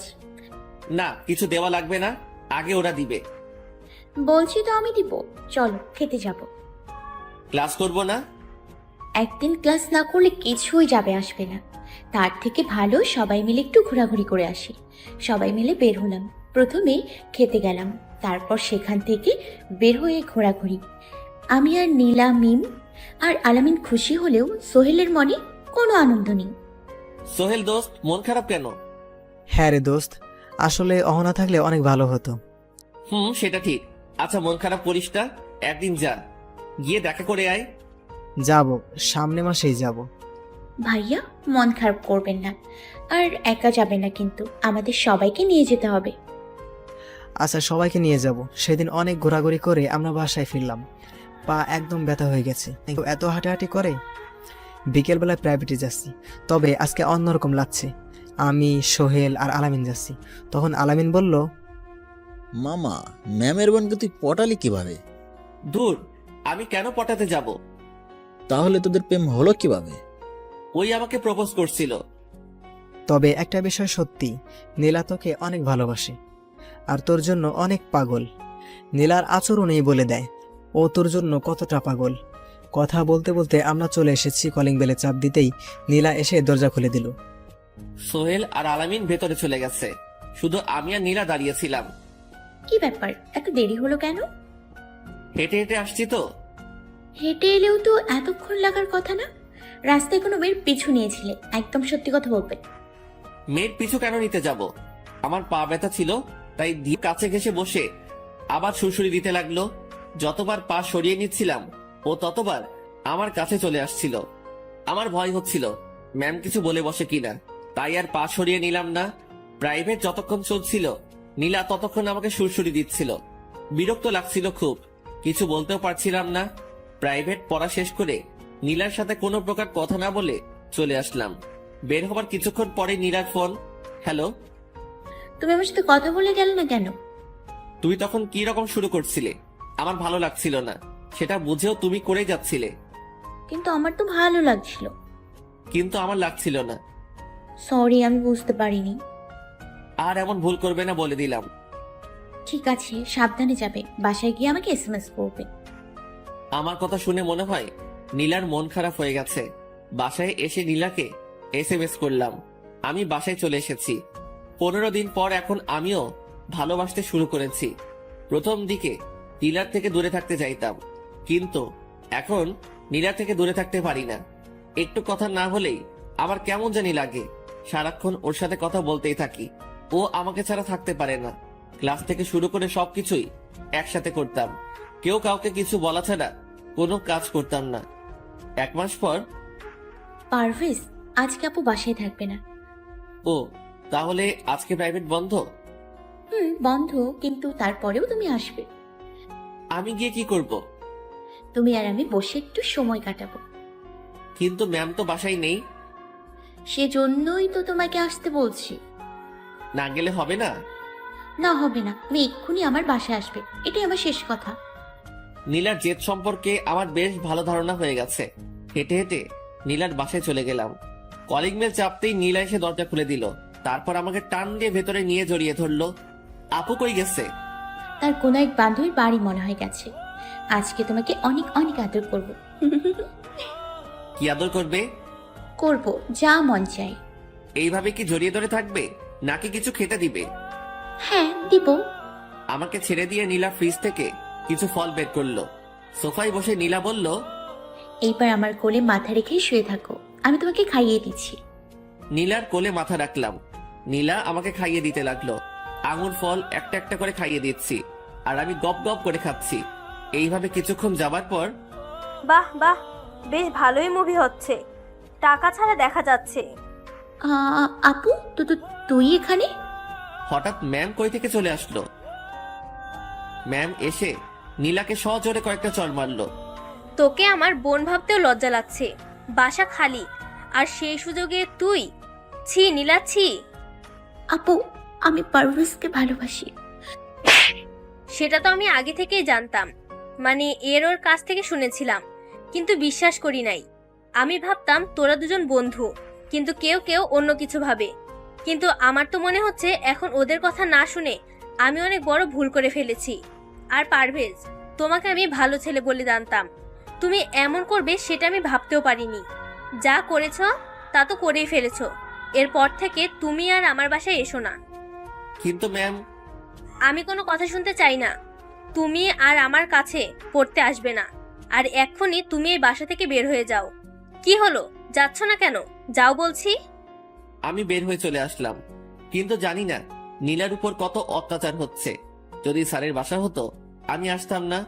2টা মেয়ে, সেখানে কোনো ছেলে নেই। যদি ওর আপু কোনোভাবে আমাকে ফাঁসিয়ে দেয়। বাসায় এসে নীলাকে ফোন দিলাম, কিন্তু ফোন বন্ধ। সেদিন আমার কিছুই ভালো লাগছে না। রাতে না খেয়ে শুয়ে পড়লাম। বারবার ফোন দিচ্ছিলাম, কিন্তু ফোন বন্ধ বলছিল। 11টার সময় একটা মেসেজ আসলো, তাও ম্যামের ফোন থেকে। আমার ফোনটা ভেঙে ফেলছে, তাই তোমার সাথে কথা বলতে পারছি না। প্লিজ মন খারাপ করো না, কালকে কলেজে গিয়ে তোমার সাথে কথা হবে। সেদিনের মতো ঘুমিয়ে গেলাম। পরদিন খুব সকালে কলেজে চলে গেলাম। নীলা তখনও আসেনি। অনেকক্ষণ পর নীলা কলেজে আসলো, তাও আবার ওর আপুর সাথে এসেছে। ওর আপু ওকে ক্লাসে দিয়ে চলে গেল। আমিও ক্লাসে চলে গেলাম। নীলার কাছে যেতেই নীলা আমাকে ইশারায় বুঝিয়ে দিল ক্লাসে কথা বলতে পারবে না। ক্যাম্পাসের ফাঁকা জায়গাতে যেতে যেতে আমি সেখানে চলে গেলাম। কিছুক্ষণ পর নীলাও চলে আসছে। একদিনে নীলার চেহারা একদম শুকিয়ে গেছে। পারভেজ, আমি এভাবে থাকতে পারবো না, প্লিজ আমাকে এখান থেকে দূরে কোথাও নিয়ে চলো। তোমাকে ছাড়া থাকতে খুব কষ্ট হয় আমার। আমি তোমাকে ছাড়া থাকতে পারবো না। তোমাকে ছাড়া থাকতে আমার খুব বেশি কষ্ট হয়। প্লিজ পারভেজ, আমাকে দূরে কোথাও নিয়ে চলো। কিছু বলতে যাব তার আগে ম্যাম চলে আসছে। কিরে নীলা, তোকে না বলছিলাম পারভেজের সাথে আর কথা না বলতে, তারপরেও এসেছিস কথা বলতে? নাকি সেদিনের কথা সব ভুলে গেলি? আপু প্লিজ, ওর সাথে কথা না বলে আমি থাকতে পারবো না। ম্যাম নীলার দুই গালে দুইটা চর বসিয়ে দিয়ে বলল, তোর লজ্জা করে না আমার সামনে এসব বলছিস? আজকে বাসায় চল, তোর খবর আছে। আজকে বাসায় চল, তোর খবর আছে। এই বলে ম্যাম নীলাকে নিয়ে চলে গেল। বুঝলাম না প্রত্যেকটা রিলেশনে ফ্যামিলি কেন এত ঝামেলা করে। আমিও ক্লাসে চলে গেলাম, কিন্তু ক্লাসে নীলাকে দেখলাম না। আমারও মন খারাপ হয়ে গেল। আমিও সেদিন ক্লাস না করে বাসায় চলে আসছি। 2 দিন ধরে প্রাইভেট যাই না। তাই আম্মু আজ বলল, কিরে পারভেজ, তুই প্রাইভেট যাচ্ছিস না কেন? আম্মু, আমাদের ম্যাম কিছুদিন নাকি কলেজের কোনো কাজে ব্যস্ত থাকবে, তাই আমাদের পড়াতে পারবে না, তাই এখন আমাদের প্রাইভেট অফ। এইটা আবার কেমন কথা? সামনে না তোদের পরীক্ষা? হ্যাঁ আম্মু, সেটা তো আছেই, কিন্তু আম্মু ম্যাম বলছে পরীক্ষার আগে সিলেবাস শেষ করে দিবে। আচ্ছা ঠিক আছে। আম্মুর সাথে কথা বলে আমি আমার রুমে চলে আসলাম। নীলার সাথে কথা বলতে খুব ইচ্ছা করছে, কিন্তু কিভাবে কথা বলবো? নীলার কাছে তো কোনো ফোনই নেই। পরদিন কলেজে গেলাম, নীলাও আসছে, ওর সাথে কথা বলতে চাইলাম। ও ইশারায় বলল আজকে কথা বলতে পারবে না। আমিও আর জোর করলাম না, কারণ ওর আপুর কাছে যে কোনোভাবে খবর চলে যাবে, আবার এসে নীলাকে এটা ওটা বলবে, যেটা আমি সহ্য করতে পারবো না। ক্লাস শুরু হলো, স্যার ক্লাস করে বের হয়ে গেল। এবার ম্যাম আসবে। ম্যাম চলে এসেছে। যথারীতি আমার পেছনে বসে গল্প করছিলাম, আর বারবার নীলাকে দেখছিলাম। নীলাও আমার দিকে তাকাচ্ছিল। সেটা মনে হয় ম্যামের নজরে পড়ছে। এই পারভেজ, তুমি দাঁড়াও। আমি দাঁড়ালাম। বলো, এতক্ষণ আমি কি বললাম সেগুলো বলো। কি বলবো? আমি তো কিছুই শুনিনি, তাই চুপ করে দাঁড়িয়েছিলাম। কি হলো পারভেজ, কিছু বলছো না কেন? আসলে ম্যাম, থাক, আর কিছু বলতে হবে না। আমি সব বুঝতে পেরেছি। তা এখানে কি পড়তে আসো, নাকি চোখাচোখি করতে আসো, না গল্প করার জন্য আসো? তোমাকে আমি লাস্ট বারের মতো বলছি, ক্লাসে মনোযোগী হও। নেক্সট টাইম এমন হলে তোমাকে প্রিন্সিপালের কাছে নিয়ে যাব, তারপর উনি যা ভালো বুঝবে সেটা করবে। বসো। এটা ভেবে ভালো লাগছে নীলাকে কিছু বলেনি। আমাকে বললে যতটা না কষ্ট হয়, তার থেকে কয়েক গুণ বেশি কষ্ট হয় নীলাকে কিছু বললে। ক্লাস শেষ করে বাসায় আসছিলাম, নীলা আমার পেছন পেছন আসছে। শোন পারভেজ, ক্লাসের আমার দিকে অমন করে তাকিয়ে থাকবা না। কেন তাকাবো না? দেখলেই তো আজ আপু কি বললো। যদি সত্যি প্রিন্সিপালের কাছে বিচার দেয় তাহলে কি হবে ভাবতে পেরেছো? আমি অত কিছু ভাবতে চাই না, আমি তোমাকে দেখবই। পাগলামি করো না, আমি বলেছি আমার দিকে আর তাকিও না। এই কথা বলেই নীলা চলে গেল। আমিও হেঁটে হেঁটে বাসায় চলে আসছি। রাতে নীলার ওর আপুর ফোন থেকে কল করলো। কি করো? শুয়ে আছি, তুমি? আমিও শুয়ে আছি। খেয়েছো? হ্যাঁ, তুমি? আমিও খেয়েছি। আর রাখি, টাটা, গুড নাইট। নীলা ফোনটা রেখে দিল। আমিও ঘুমিয়ে গেলাম। এইভাবে দিনগুলো যাচ্ছে, কিন্তু এখন একটা বিষয় লক্ষ্য করছি, ক্লাসে আমি নীলার দিকে তাকিয়ে থাকলেও নীলা আগের মতো আমার দিকে তাকাতো না। মাঝে মাঝে 2-1 বার তাকাতো, তবুও না দেখার মতোই সুযোগ থাকলেও আমার সাথে কথা বলতে চাইতো না। অনেক জোরাজুরি করার পর রাজি হতো, তাও বেশিক্ষণ কথা বলতো না। কেমন জানি আমাকে এড়িয়ে চলতে লাগলো। আজকে কলেজে ম্যাম আসেনি, কিন্তু নীলা এসেছে। আজকে একটা সেই সুযোগ, নীলার সাথে মন খুলে কথা বলতে পারবো। আমি নীলার কাছে গেলাম। কি ব্যাপার, তুমি এখানে কেন আসলে? আজকে তো তোমার আপু আসেনি। হ্যাঁ আসেনি, তাতে কি হয়েছে? আজকে তো আমাদের সেই সুযোগ কথা বলার জন্য। আচ্ছা তুমি যাও, আমি কিছু কাজ শেষ করে আসছি। কিসের কাজ? তুমি বুঝবে না, যাও তুমি যাও, আমি আসছি বললাম তো। চলে গেলাম। ক্যাম্পাসে সেই জায়গাতে দাঁড়িয়ে আছি, কিন্তু নীলার আসার কোনো খবর নেই। প্রায় আধা ঘন্টা যাবৎ দাঁড়িয়ে আছি, কিন্তু নীলা আসছে না। আমি আবার ক্লাসে চলে গেলাম, দেখলাম নীলা সেই একভাবে বসে আছে। কি হলো নীলা, তুমি না কাজ শেষ করে যাবে বলছিলে? উফ, আমি না একদম ভুলেই গেছিলাম, সরি। আজকের কথা বলতে পারছি না, একটু পরেই আমাদের ক্লাস শুরু হয়ে যাবে। ভুলে গেছো মানে কি? আমি সেই কখন থেকে তোমার জন্য দাঁড়িয়েছিলাম, সেই খবর আছে তোমার? সাধারণত সামনের সিট ফাঁকা থাকে, তুই একজন সামনের বেঞ্চে বসে, আমিও বসে পড়লাম। পেছনে বসলে বারবার নীলার দিকে নজর যায়, কিন্তু নীলা বলছে ওকে যেন আর না দেখি। সামনে বসে ক্লাস করলাম, ম্যামের ক্লাস আসলো, পড়া বোঝাচ্ছে, আর আমি বুঝে যাচ্ছি। কয়েকদিন পর আমি কলেজে আসছিলাম, নীলাকে দেখি একটা ছেলের সাথে আসতে। সোহেল আর আলামিনকে জিজ্ঞেস করলাম ছেলেটা কে। কেন পারবেশ, তুই চিনিস না? ও তো বাইজিৎ, অন্য কলেজের, কিন্তু আমাদের সাথেই প্রাইভেট পড়ে। তো নীলার সাথে এখানে আসছে কেন? ওদের তো খুব ভালো সম্পর্ক হয়ে গেছে, জানিস না তুই? ওরা একসাথে বসে প্রাইভেট পড়ে, একে অন্যের খাতা নিয়ে এটা ওটা লিখে দেয়, আরও কত কিছু। ভালো করে খেয়াল করে দেখলাম নীলার হাতে একটা ফোন, তার মানে নীলার কাছে ফোন আছে, তারপরেও আমাকে ফোন দেয় না। আর এই ছেলের সাথে এত কিসের কি, আজকে সব জানতে হবে। নীলা মনে হয় আমাদেরকে দেখেনি, দেখলাম ছেলেটা নীলাকে ক্যাম্পাস পর্যন্ত দিয়ে চলে গেল, আমরাও গেলাম। নীলা ক্লাসে যাওয়ার আগেই আমি ওকে টেনে ক্যাম্পাসের ফাঁকা জায়গাতে নিয়ে গেলাম। পারভেজ, কিরকম অসভ্যতামি করছো? আমাকে এখানে এভাবে টেনে নিয়ে আসলে কেন? তোমার সাথে আমার কিছু কথা আছে। হ্যাঁ, বলে ফেলো। ওই ছেলের সাথে তোমার কিসের সম্পর্ক? কার সাথে? বাইজিৎ নাকি কি যেন নাম? ও আমার ফ্রেন্ড। থাকতেও কেন তোমার ছেলে ফ্রেন্ড লাগবে? তুমি তোমার জায়গাতে আর বাইজিৎ বাইজিদের জায়গায়।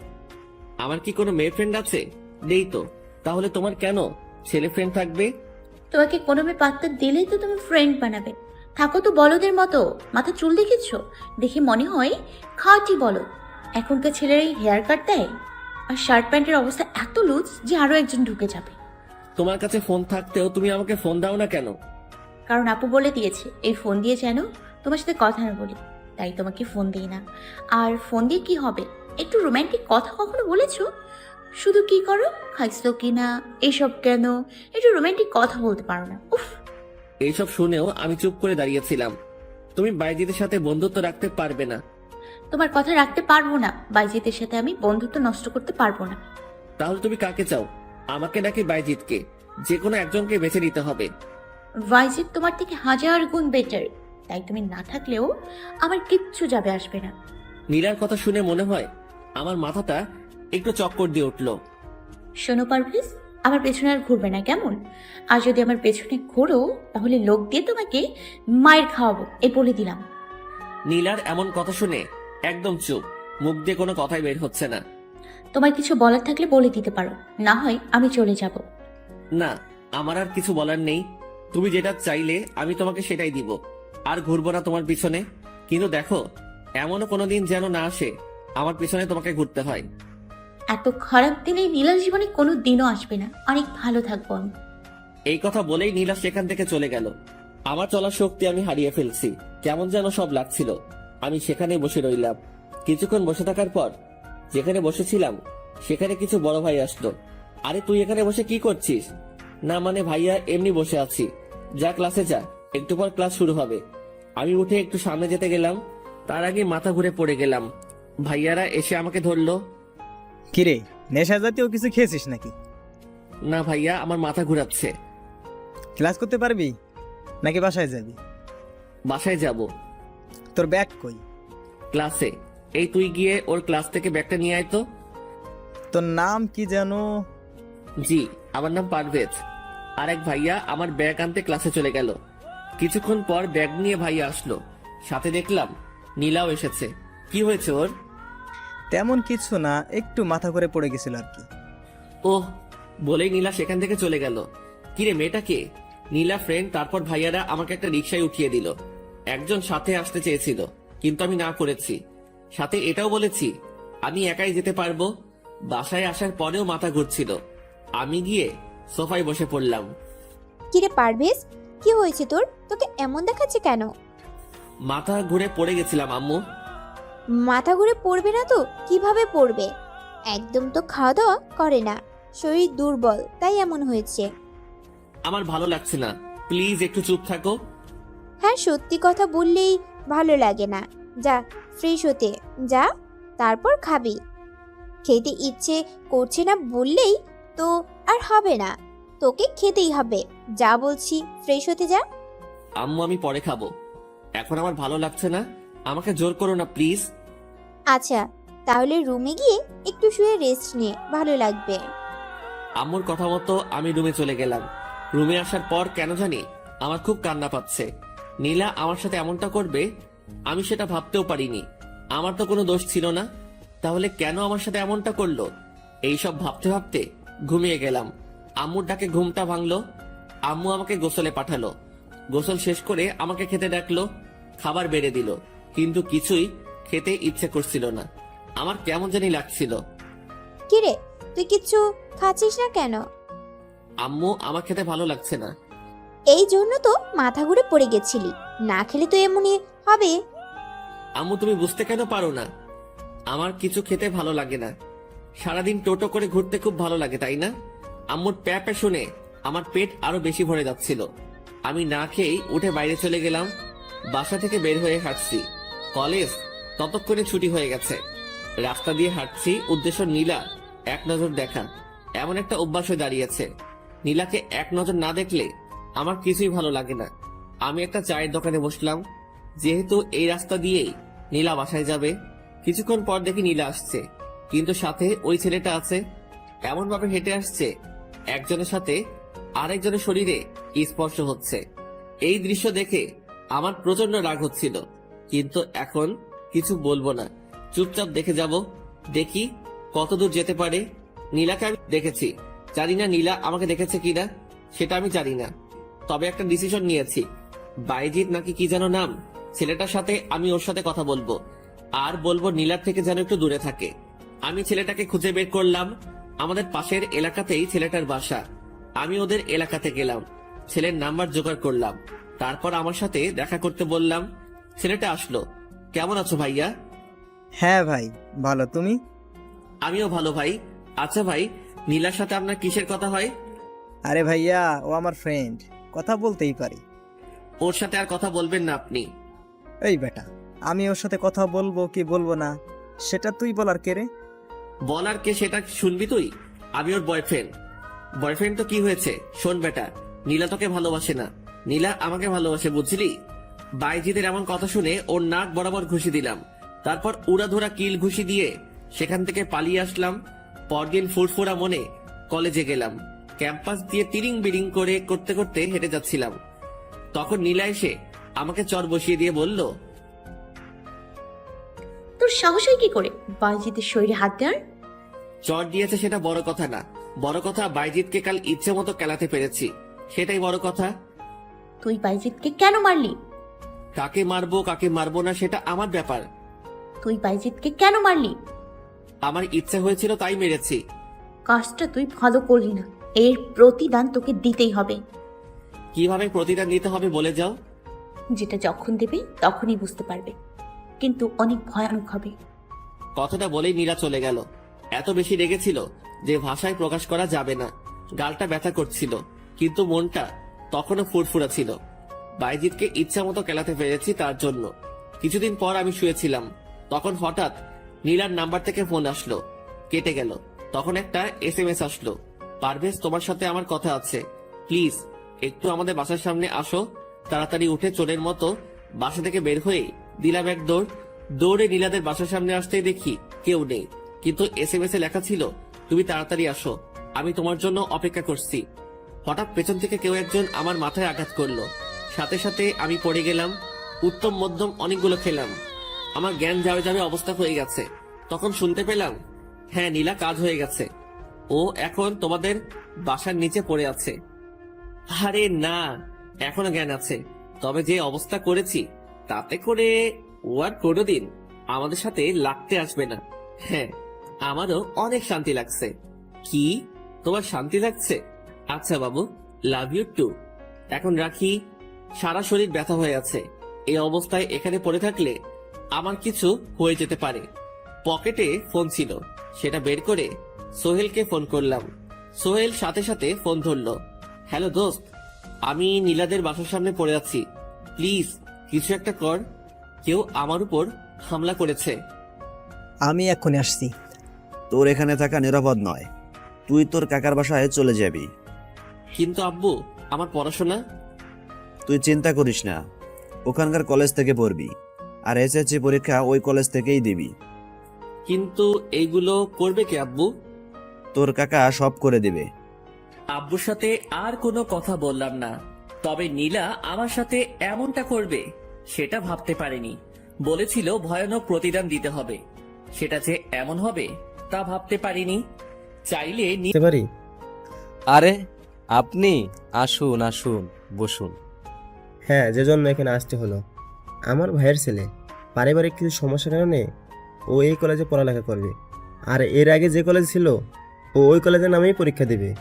আপনি কিছু একটা ব্যবস্থা করে দিন। এটা কোনো ব্যাপার হলো? সব হয়ে গেছে। তাহলে আমি আজ আসি, ও কাল থেকে কলেজে আসতে পারবে তো?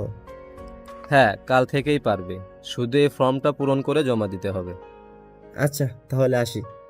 এই বলে চাচ্চু আবার আমাকে নিয়ে বাসায় চলে আসলো। ছোট থেকে মাঝে মাঝে আসতাম, কিন্তু কেমন জানি একা একা লাগছে। কথা বলার মতো কেউ নেই, আড্ডা দেওয়ার মতো কেউ নেই। পরদিন সকালে কাকিরা ডেকে তুলে দিল। আমি উঠে ফ্রেশ হয়ে নিলাম, তারপর খেয়ে দিয়ে কলেজের উদ্দেশ্যে রওনা দিলাম। চাচ্চু কিছু টাকা হাতে ধরিয়ে দিল, যদিও আব্বু দিয়ে গেছে, তবুও চাচ্চু দিল। এখন এত টাকার কোনো দরকার নেই আমার। কি করব, একা একা কোথাও ঘুরতে যেতেও পারবো না। যদি হারামিগুলো থাকতো তাহলে হতো। রিকশায় করে কলেজে চলে গেলাম। তারপর এক ভাইয়ার কাছে জিজ্ঞাসা করে আমার ক্লাসে চলে গেলাম।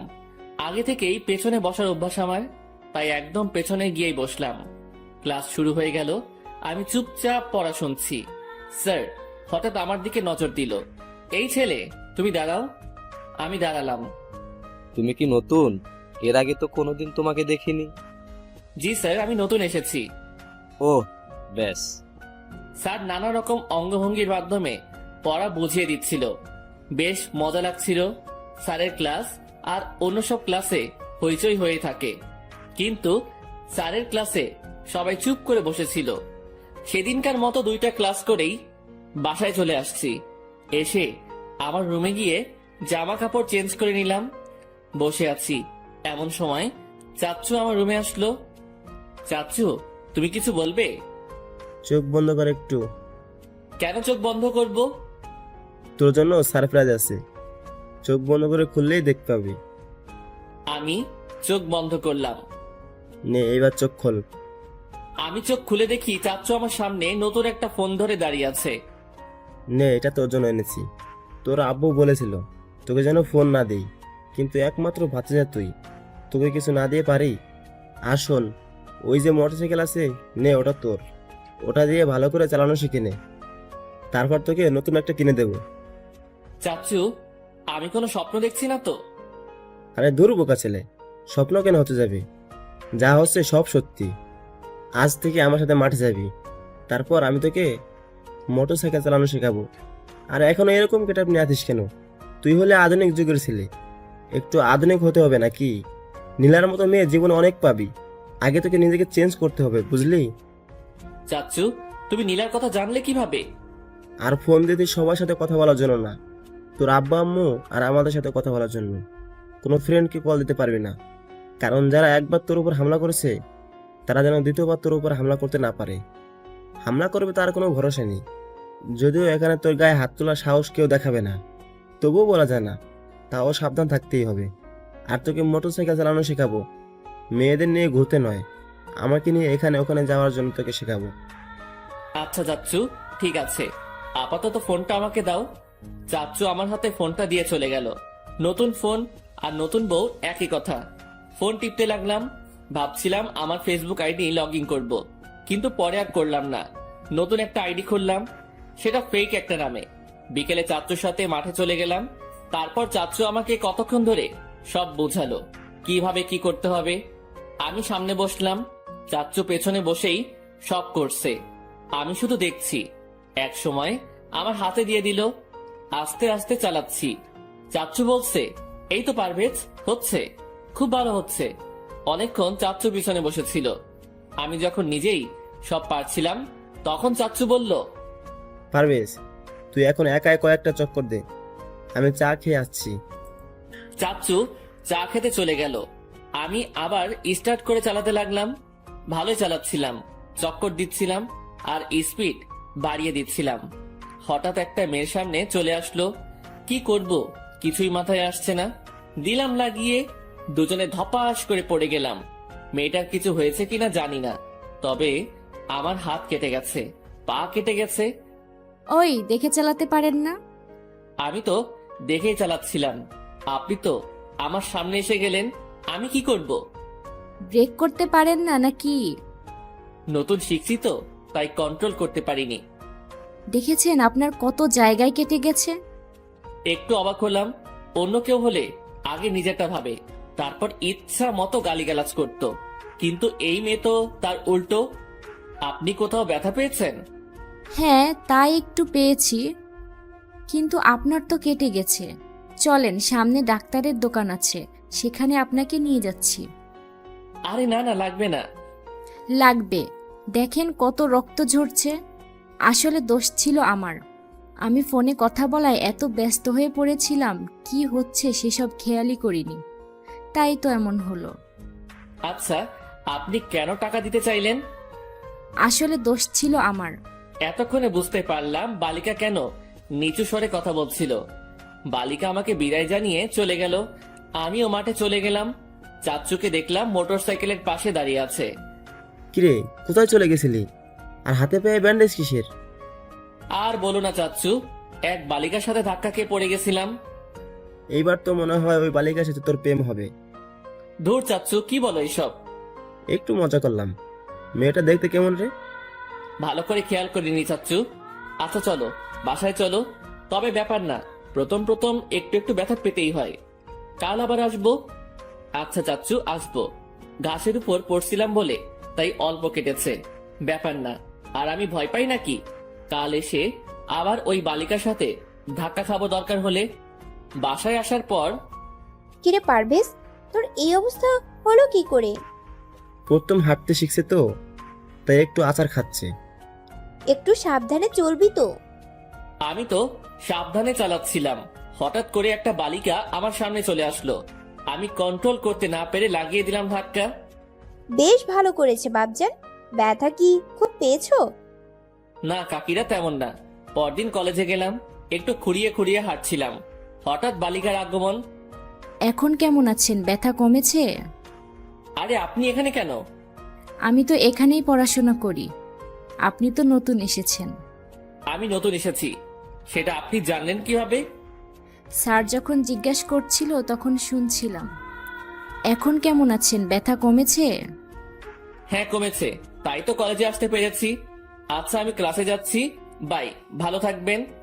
কয়েকদিন পর আমি মোটরসাইকেল চালানো আয়ত্তে এনে ফেলেছি। চাচ্চু, তুমি বলেছিলে আমি মোটরসাইকেল চালানো শিখলে তুমি আমাকে নতুন একটা কিনে দিবে। হ্যাঁ বলেছিলাম। তাহলে এখনো কিনে দিচ্ছ না কেন? তোর আব্বু না করেছে, তোকে যেন বাইক না কিনে দেই। ও আচ্ছা ঠিক আছে। মন খারাপ করে চলে আসলাম। এত আশা নিয়ে বসেছিলাম, সব শেষ করে দিয়ে আমি রুমে বসে ফেসবুক চালাচ্ছি। চোখ আটকে গেল একটা গ্রুপে, একটা পোস্ট, তাও নীলার আইডি থেকে করা। পোস্টটা এরকম ছিল, জীবনে এমন কিছু থাকে বা আসে যেটা খুবই মূল্যবান হয়, যেটা একবারই আসে, যা খুব যত্ন করে রাখতে হয়। কেউ পারে, কেউ পারে না, আর যে পারে না সে হারিয়ে ফেলে, পরে খুঁজেও আর ফিরে পায় না। এমন পোস্টের আগা মাথা কিছুই বুঝলাম না, কেন করেছে সেটা জানি না। ওর আইডিতে ইচ্ছে করেই যাই না, কিন্তু আজ গেলাম, এখন সবকিছু আগের মতোই আছে, শুধু রিলেশনশিপ স্ট্যাটাস পাল্টে গেছে। ভালো লাগছিল না, বের হয়ে গেলাম ওর আইডি থেকে। মায়া বাড়িয়ে যখন লাভ হয় না তখন মায়া কাটাতে হয়, আমিও সেটাই করেছি। কিন্তু নীলার কথা বারবার মনে পড়তো, আর যখনই নীলার কথা মনে পড়তো কিন্তু ওর খারাপ দিকগুলো ভাবতাম, কিছুক্ষণের জন্য হলেও নীলাকে ভুলে থাকতে পারতাম, তখন শুয়ে থাকতেও ভালো লাগছিল না। আমি বাইরে বের হবো ভাবছি। পারভেজ, তোর চাচু তোকে ডাকছে, দেখ তো কেন। উঠে চাচ্চুর কাছে চলে গেলাম। চাচ্চু সোফায় বসেছিল। চাচ্চু, আমাকে তুমি ডেকেছো? হ্যাঁ, তা বাবা দেখে মনে হচ্ছে মন খারাপ। কই না তো, আমার মন খারাপ হতে যাবে কেন? বুঝেছি, মন খারাপ। মন খারাপ করে থাকতে হবে না, বাইরে যাও, তোমার জন্য কেউ একজন অপেক্ষা করছে। চাচ্চু, কে আমার জন্য আমাকে সাথে নিলেন না কেন? চাচ্চু, তুমি তো বলনি আমার সাথে ঘুরতে বের হবে। দিনগুলো বেশ ভালোই কাটতে লাগলো, তবে নীলাকে কিছুতেই স্মৃতি থেকে মুছে ফেলতে পারছিলাম না। বারবার শুধু নীলার কথা মনে পড়ছিল। যতই ভাবি নীলাকে আর মনে করব না, তত বেশি মনে পড়ে যায় নীলাকে। তবুও সামনে এগিয়ে যাচ্ছি। 3 মাস কেটে গেছে। হঠাৎ চাচ্চু বলল তারাও নাকি বিদেশ চলে যাবে। আমি চাইলে একা এই বাসায় থাকতে পারি, কিন্তু আমার পক্ষে একা থাকা একদম সম্ভব না। আমি একা কিভাবে থাকবো? কিছু করার নেই। তাহলে তুই এক কাজ কর, তোর আব্বু আম্মুর কাছে ফিরে যা, সেটাই ভালো হবে। তাছাড়া তো অন্য কোনো উপায় দেখছি না। কি আর করার, চাচুরা নাকি যত তাড়াতাড়ি পারে দেশের বাইরে চলে যাবে। পরদিন আমি আমার বাসায় চলে আসছি। আব্বু আম্মু, তোমরা কেমন আছো? ভালো আছি, তুই কেমন আছিস? হ্যাঁ আব্বু আম্মু, আমিও ভালো আছি। তারপর কিছু কথা বলে আমার রুমে চলে গেলাম। মাকড়সার জাল ময়লা দিয়ে রুম ভরপুর হয়ে আছে। সারাদিন লেগে গেল রুম পরিষ্কার করতে। পরদিন আবার আগের কলেজে যাব, তবে আর হেঁটে বা রিক্সায় করে নয়, চাচ্চুর দেওয়া বাইক নিয়ে যাচ্ছি। ক্যাম্পাস দিয়ে যখন যাচ্ছিলাম, মিম আর ওর বান্ধবীরা হা করে দেখছিল। তবে আমি নীলাকে খুঁজছিলাম, মনে মনে নীলা কোথায়, কিন্তু কোথাও পেলাম না। আমি বাইক পার্ক করে আলামিন আর সোহেলকে খুঁজতে লাগলাম, কিন্তু খুঁজেও ওদের পাওয়া গেল না। পরে মিমদের কাছে গেলাম। আরে পারভেজ ভাইয়া, আপনি এতদিন পর? আর এতদিনই বা কই ছিলেন? ওরা তো আগের মতো নিয়মিত কলেজেই আসে না। সোহেলকে নতুন নাম্বার দিয়ে কল দিলাম। কিরে সাদা, কলেজে আসিস নাই কেন? কে আপনি? আমি পারভেজ, তুই 10 মিনিটের মধ্যে কলেজে আয়। পারভেজ, তুই এতদিন পর কই থেকে? সব বলবো, আগে কলেজে তো আয়। আমি এক্ষুনি আসছি। কল কেটে দিয়ে আলামিনরে ফোন দিলাম। হ্যালো, কই তুই? কলেজ যাচ্ছি, কিন্তু আপনি কে? আমি যেই হই না কেন, একটু তাড়াতাড়ি কলেজে আয় তো। রাখি। কল কেটে আমি অপেক্ষা করতে লাগলাম। দেখি আলামিন আসছে। আমি ওর সামনে গিয়েই, কিরে দোস্ত কেমন আছিস? আলামিন আমাকে দেখে মনে হয় ভূত দেখার মতো ভয় পেয়েছে। দোস্ত, তুই এতদিন পর? আর কই ছিলে এতদিন? তোর বাসায় গিয়েও কিছু জানতে পারিনি। সোহেল আসুক, তারপর সবকিছু বলবো তোদের। ইতিমধ্যে সোহেল চলে আসছে। তারপর ওদের সবকিছু বললাম। সব শুনে তাই বলে তুই আমাদের সাথে যোগাযোগ বন্ধ রাখবি? কি করব বল? তোদের সাথে যোগাযোগ রাখলে নীলার কথা জানতে ইচ্ছে করবে, আর নীলাকে ভুলতে পারবো না। অযথা কষ্ট পাবো, তাই আর তোদের সাথে কোনো যোগাযোগ রাখিনি। দোস্ত, নীলাও না কেমন যেন পাল্টে গেছে রে। কেন, কি হয়েছে? জানি না, তবে তুই যখন কলেজে আসা বন্ধ করে দিলি, নীলা কেমন জানি মন মারা হয়ে থাকতো। কারোর সাথে কথা বলতো না, চুপচাপ বসে থাকতো। তারপর নিয়মিত কলেজে আসা বন্ধ করে দিল। আরে মনে হয় বাইজিদের সাথে ঝামেলা হয়েছে, তাই এমন হয়েছে। বাদ দে দোস্ত, তোদের খবর বল। কি আর বলবো দোস্ত, অহনাকে ছাড়াও না আমার কিছুই ভালো লাগে না। সব সময় ওর কাছে থাকতে ইচ্ছে হয়। তো চলে গেলেই তো পারিস নাকি? ইচ্ছে করলেই কি সব সম্ভব? সেটাও ঠিক বলছিস ভাই। আলামিন, তোর খবর বল। মিমের সাথে কেমন চলছে? দূর, আর বলিস না। কয়েকদিন ভালো গেছে, কিন্তু আবার সেই আগের মতো করা শুরু করে দিয়েছে। তার মানে তোকে আর পাত্তা দেয় না? হ্যাঁ রে, আমি আর ওর সাথে রিলেশন করব না। তাহলে অন্য মেয়ে পছন্দ করে নিলেই তো পারিস। মিমকে ছাড়া অন্য কাউকে আমার ভালো লাগে না। কথা বলতে বলতে ক্লাসের বেল দিয়ে দিল। আমরা ক্লাস করতে গেলাম। এতদিন কলেজে কেন আসিনি সেই সম্পর্কে স্যার জানতে চাইলে আমি আবার আব্বুর সাথে স্যারকে কথা বলিয়ে দেই। আব্বু সবকিছু বলে দেয় স্যারকে। স্যার আর কোনো কিছু জিজ্ঞাসা করেনি। স্যারের ক্লাস শেষ, এইবার ম্যামের ক্লাস। আমরা পেছনে বসেছি। ক্লাস শুরু হয়ে গেছে। আগে যেমন ফাইজলামি করতাম, আজও তেমন ভাবেই করতেছিলাম। মাঝখানে বাদ দিয়েছিলাম নীলার জন্য। নীলা যদি খারাপ ভাবে তার জন্য, কিন্তু নীলাই যখন আমার থেকে চলে গেছে, তখন ভালো খারাপ দিয়ে কি হবে? ম্যাম মনে হয় আমাকে দেখেছে, আমাদের কাছে আসতে লাগলো। ভয় হচ্ছে, তবে আগের মতো না। এতদিন কোথায় ছিলে পারভেজ? জি ম্যাম, এক রিলেটিভের বাসায়। রিলেটিভের বাসায় কেউ এতদিন থাকে? হ্যাঁ ম্যাম, আমি থাকি। আচ্ছা ঠিক আছে, মন দিয়ে পড়ালেখা করবে, এত ঘোরাঘুরি ভালো নয়। ঠিক আছে ম্যাম। ম্যাম চলে গেল। ম্যামের কথা শুনে বুঝতে পারলাম আমার উপর আর রেগে নেই। সবগুলো ক্লাস শেষ করে বের হয়েছি। ওরা সামনে যাচ্ছিল, পেছন থেকে আমি বাইক নিয়ে এসে ওদের কাছে দাঁড়ালাম। কিরে, এটা আবার কার বাইক? চাচ্চু আমাকে দিয়েছে। উঠ। ওদের দুজনকে উঠিয়ে চালাতে লাগলাম। ওদের বাসায় নামিয়ে দিয়ে আমি আমার বাসায় চলে গেলাম। পরদিন ওদের সাথে নিয়েই কলেজে গেলাম। ক্যাম্পাস দিয়ে যাচ্ছি, নীলা আমার পথ আটকে দাঁড়িয়ে আছে। হর্ন দিচ্ছি কিন্তু সাইড দিচ্ছে না। পরে অন্য সাইড দিয়ে নিয়ে গেলাম। ক্লাসে চলে গেলাম। নীলাকে দেখেই কেন জানি রাগ হচ্ছিল। ক্লাসে গিয়ে পেছনের সিটে বসলাম। দেখলাম নীলা ক্লাসে আসছে। তবে আগের নীলার আর এখনকার নীলাকে মিলাতে পারছি না। আগের নীলা নাদোষ নুদোষ ছিল, আর এখন একটা পাটখড়ি হয়ে গেছে। নীলা আমার কাছে আসলো। আমি দেখেও না দেখার ভান করে অন্যদিকে চেয়ে আছি। এতদিন কই ছিলে? শুনেও কোনো উত্তর দিলাম না। কি হলো? কিছু জিজ্ঞেস করছি তো নাকি? হ্যাঁ, কি? আমাকে কিছু বললেন? তোমাকেই তো বলছি, এতদিন কোথায় ছিলে? বলবো না। দরকার আছে, তুমি বলো। বলবো না। এখান থেকে জানতো। আমি যাব না। তোমাকে আমি যেটা বলেছি সেটা বলো, কোথায় ছিলে? ওই, আপনাকে এখান থেকে যেতে বলছি তো, নাকি কথা কান দিয়ে যাচ্ছে না? না, যাচ্ছে না, রাগ উঠে যাচ্ছে আমার। দেখুন, আমার কিন্তু রাগ উঠে যাচ্ছে। প্লিজ এখান থেকে যান, না হলে খারাপ কিছু হয়ে যাবে। কি খারাপ হবে বলো? আমি দেখতে চাই কি খারাপ হয় আমার সাথে। আমি জানি তুমি আমাকে কিছু করবে না। কে বলেছে কিছু করতে পারবো না? তোকে এখান থেকে যেতে বলছি, তবুও যাচ্ছিস না কেন তুই?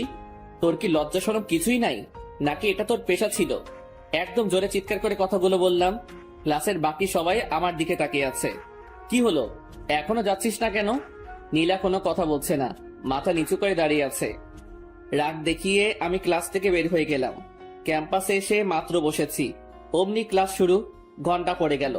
উঠে আবার ক্লাসে চলে গেলাম। দোস্ত, নীলার সাথে এমন ব্যবহার না করলেও পারতিস। দেখ, মেয়েটা সেই তখন থেকে কেঁদেই যাচ্ছে।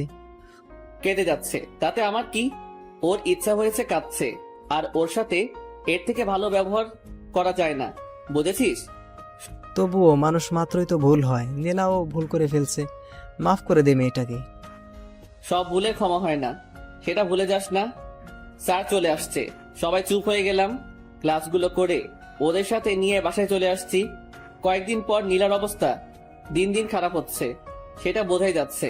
দেখে মনে হয় খাওয়া দাওয়া একদম করে না, রাতে ঠিক মতো ঘুমায় না।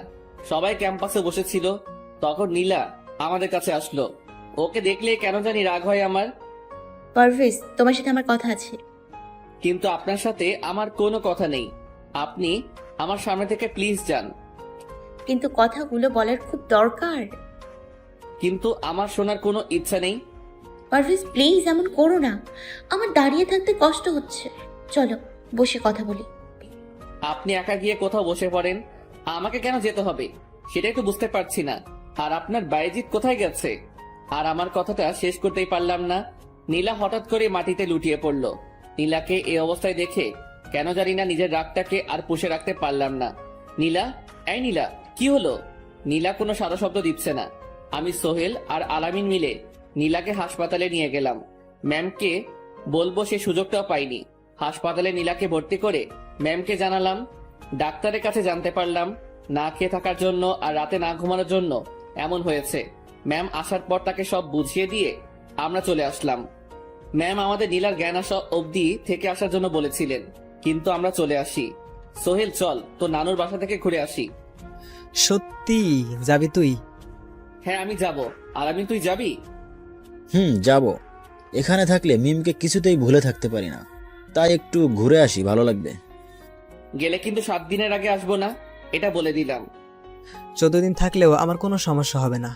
আলামিন, তোর কোনো সমস্যা হবে নাকি? না, কোনো সমস্যা হবে না, চল আজকেই রওনা দিই। হ্যাঁ সেটাই ভালো হবে। সেদিনই আমরা সোহেলের নানুর বাসায় চলে আসি। সোহেলকে তারা যেভাবে আদর করে আমাদেরও সেইভাবে আদর করে, তাই তো আশা। আসলে নীলা যখন সামনে আসে তখন রাগ হয় ঠিকই, কিন্তু ওকে অমন অবস্থায় দেখলে কষ্টও হয়, তাই একটু একা থাকতে গ্রামে চলে আসা। সেদিন আর কোথাও বের হলাম না। পরদিন নাস্তা করে একটু বের হলাম। উদ্দেশ্য অহনাদের স্কুলে গিয়ে অহনাকে সারপ্রাইজ দিব। আমরা স্কুলে চলে এসেছি, কিন্তু আনহাকে খুঁজে পাচ্ছি না। অনেক খোঁজাখুঁজির পর আনহার দেখা মিলল। সোহেল গিয়ে পেছন থেকে আনহার চোখ চেপে ধরলো। কে আমার চোখ আটকে ধরলো? সোহেল কিছু বলছে না। কে এরকম অসভ্যতামি করতেছে? চোখ ছাড় বলছি। সোহেল এইবারও চোখ ছাড়লো না। দেখ, তোকে আমি শেষবারের মতো বলছি, আমার চোখ ছেড়ে দে, নয়তো খারাপ হয়ে যাবে।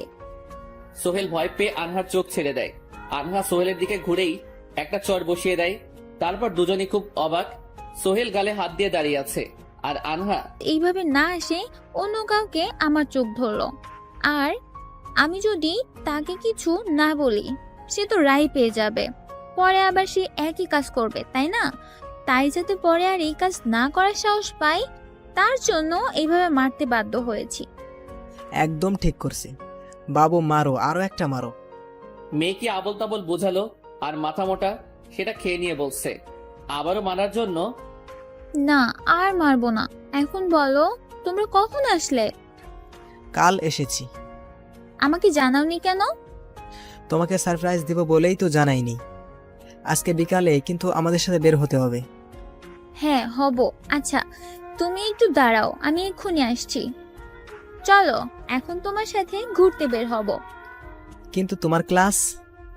দু একদিন ক্লাস না করলে কোনো সমস্যা হবে না, চলো তো। সোহেলের হাত ধরে টানতে টানতে নিয়ে চলে গেল। আমি আর আলামিন এতিমের মতো স্কুলে ঘুরতে লাগলাম। কতক্ষণ ঘুরে আমরা বাসায় চলে আসলাম। সোহেল তখনও আসেনি। ও নানু জিজ্ঞাসা করেছিল সোহেল কোথায়। ভুলভাল বুঝিয়েছিলাম। দুপুর 1টায় সোহেল বাসায় আসলো। কিরে, এতক্ষণ কই ছিলি? আরে মামা, হয়ে গেছে। কি হয়ে গেছে? আরে আমাদের হয়ে গেছে, ওইটা হয়ে গেছে। কি হয়েছে? সেটা জানার দরকার নেই। হ্যালো, হ্যাঁ বলো। পারভেজ? হ্যাঁ, ও আমার সাথে আছে। কেন, ওর সাথে কিসের কথা? সোহেলের কাছে কল করে হঠাৎ আমার কথা কে জিজ্ঞাসা করছে, সেটাই মাথায় আসছে না আমার। দোস্ত, দেখ তো কে যেন তোর সাথে কথা বলতে চাচ্ছে। হ্যালো, কে? পারভেজ, তুমি প্লিজ ফোন কেটো না, তোমার সাথে আবার কথা আছে।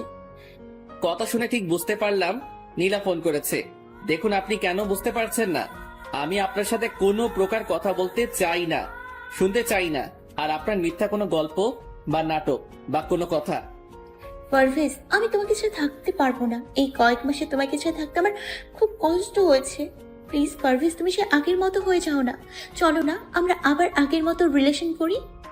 হ্যাঁ, যাতে করে নতুন করে আবার আমাকে অপমান করা যায়, আবার মাইর খাওয়ানো যায়, তাই না? তোমাকে কেন আমি মাইর খাওয়াবো? ও মা, কিছুই মনে নাই দেখেছি। ভুলে গেলেন নাকি সেদিন আপনি ডেকে নিয়ে বাইজিৎকে দিয়ে আমাকে মাইর খাইয়েছিলেন? সেদিন মনে হয় মাইর খাইয়ে আপনার শান্তি হয়নি, আবার মাইর খাওয়ানো ধান্দা করছেন। তবে আপনার সে আশা কোনো দিন মিটবে না। সেদিন কি কল করে ডেকে নিয়ে গিয়ে মাইর খাইয়ে আপনার শান্তি হয়নি, নাকি নতুন করে আবার মাইর খাওয়ানোর পরিকল্পনা করছেন? দয়া করে আর ফোন দিয়ে বিরক্ত কইরেন না। এই কথা বলেই ফোনটা কেটে দিলাম। সোহেল শোন, যদি আবারও কল দিয়ে আমার কথা জিজ্ঞেস করে, বলে দিবি আমি এখানে নেই। কিন্তু তুই নীলার সাথে কেন এমন করছিস? মেয়েটা তো সত্যি তোকে অনেক ভালোবাসে। কেন শুরু করছি মানে? তোর কি মনে নেই সেই দিনের কথা? আমার সাথে কি রকম আচরণ করত? আমাকে বাদ দিয়ে বাইজিতের সাথে। আমি আর ভাবতে পারছি না। আমি বাসায় চলে গেলাম, তোরা ঘুরে আয়। তুই না গেলে তো মজাই হবে না। মাথা ঠান্ডা কর, দেখবি সব ঠিক হয়ে যাবে। মাথা ঠান্ডাই তো করতে পারছি না। নীলার কোনো কথা মনে হলেই আমার রাগ উঠে যায়। আচ্ছা, আর কখনো নীলার ফোন আসলে তোকে দিব না। এবার তো চল আমাদের সাথে। একটু ওয়েট কর, কিছুক্ষণ বসে নেই। আমি মাটিতে বসে পড়লাম। আমাদের স্যার বলেছিল যখন খুব রাগ হবে তখন চুপচাপ বসে থাকতে, তাহলে নাকি রাগ একাই অনেক কমে যায়। কিছুক্ষণ বসে থাকার পর আমি আগের মতো হলাম। ওদের সাথে ঘুরতে লাগলাম। আনহা ওর বান্ধবীদের নিয়ে চলে এসেছে। গ্রামের সরু পথ দেখেই মন জুড়িয়ে যায়। আমরা হাঁটছি। আচ্ছা পারভেজ ভাইয়া, আপনি প্রেম করেন না? হঠাৎ এই প্রশ্ন কেন? দরকার আছে, বলুন। না, করি না। কাউকে ভালোবাসেন? না। পারভেজ ভাইয়া, যদি প্রেম করতে চান আমাদের বলবেন, কিন্তু আমরা ব্যবস্থা করে দিব। সেই সবের কোনো দরকার হবে না। কেন দরকার হবে না? কোনোদিন কি বিয়ে করবেন না? এত অল্প বয়সে কিসের বিয়ে? কিসের বিয়ে মানে? বিয়ে তো বিয়েই হয়, সেটার আবার মানে আছে নাকি? হ্যাঁ, তা নেই। আপনি এত রেগে কথা বলছেন কেন? কি করব, বিয়ের কথা বলতে আপনি এমন এমন ভাব ধরলেন যেন বিয়ের কথা জীবনে প্রথম শুনলেন। শুনলাম। একদম ফাজলামি করবেন না বলে দিলাম। আর যদি করি তাহলে কি হবে? ঘুষি দিয়ে আপনার নাক ফাটিয়ে দিব। ওদের সাথে বিকেলটা অনেক ভালো কাটলো। রাতে আমরা তিনজন একসাথে এক রুমে বসে আড্ডা দিচ্ছি। দোস্ত, নীলা আবার ফোন করছে রে। তো আমি কি করব? দেখ, যাই করিস না কেন, ভুলেও এটা বলবি না যে আমি এখানে আছি। অন্য যা ইচ্ছা তাই বলবি, কিন্তু এইটা কখনো বলবি না আমি এখানে বসে আছি। আচ্ছা, বলবো না। হ্যালো, পারভেজ কোথায়? এখানেই তো ছিল, কিন্তু একটু আগে কোন মেয়ে যেন কল করলো, কথা বলতে বলতে বাইরে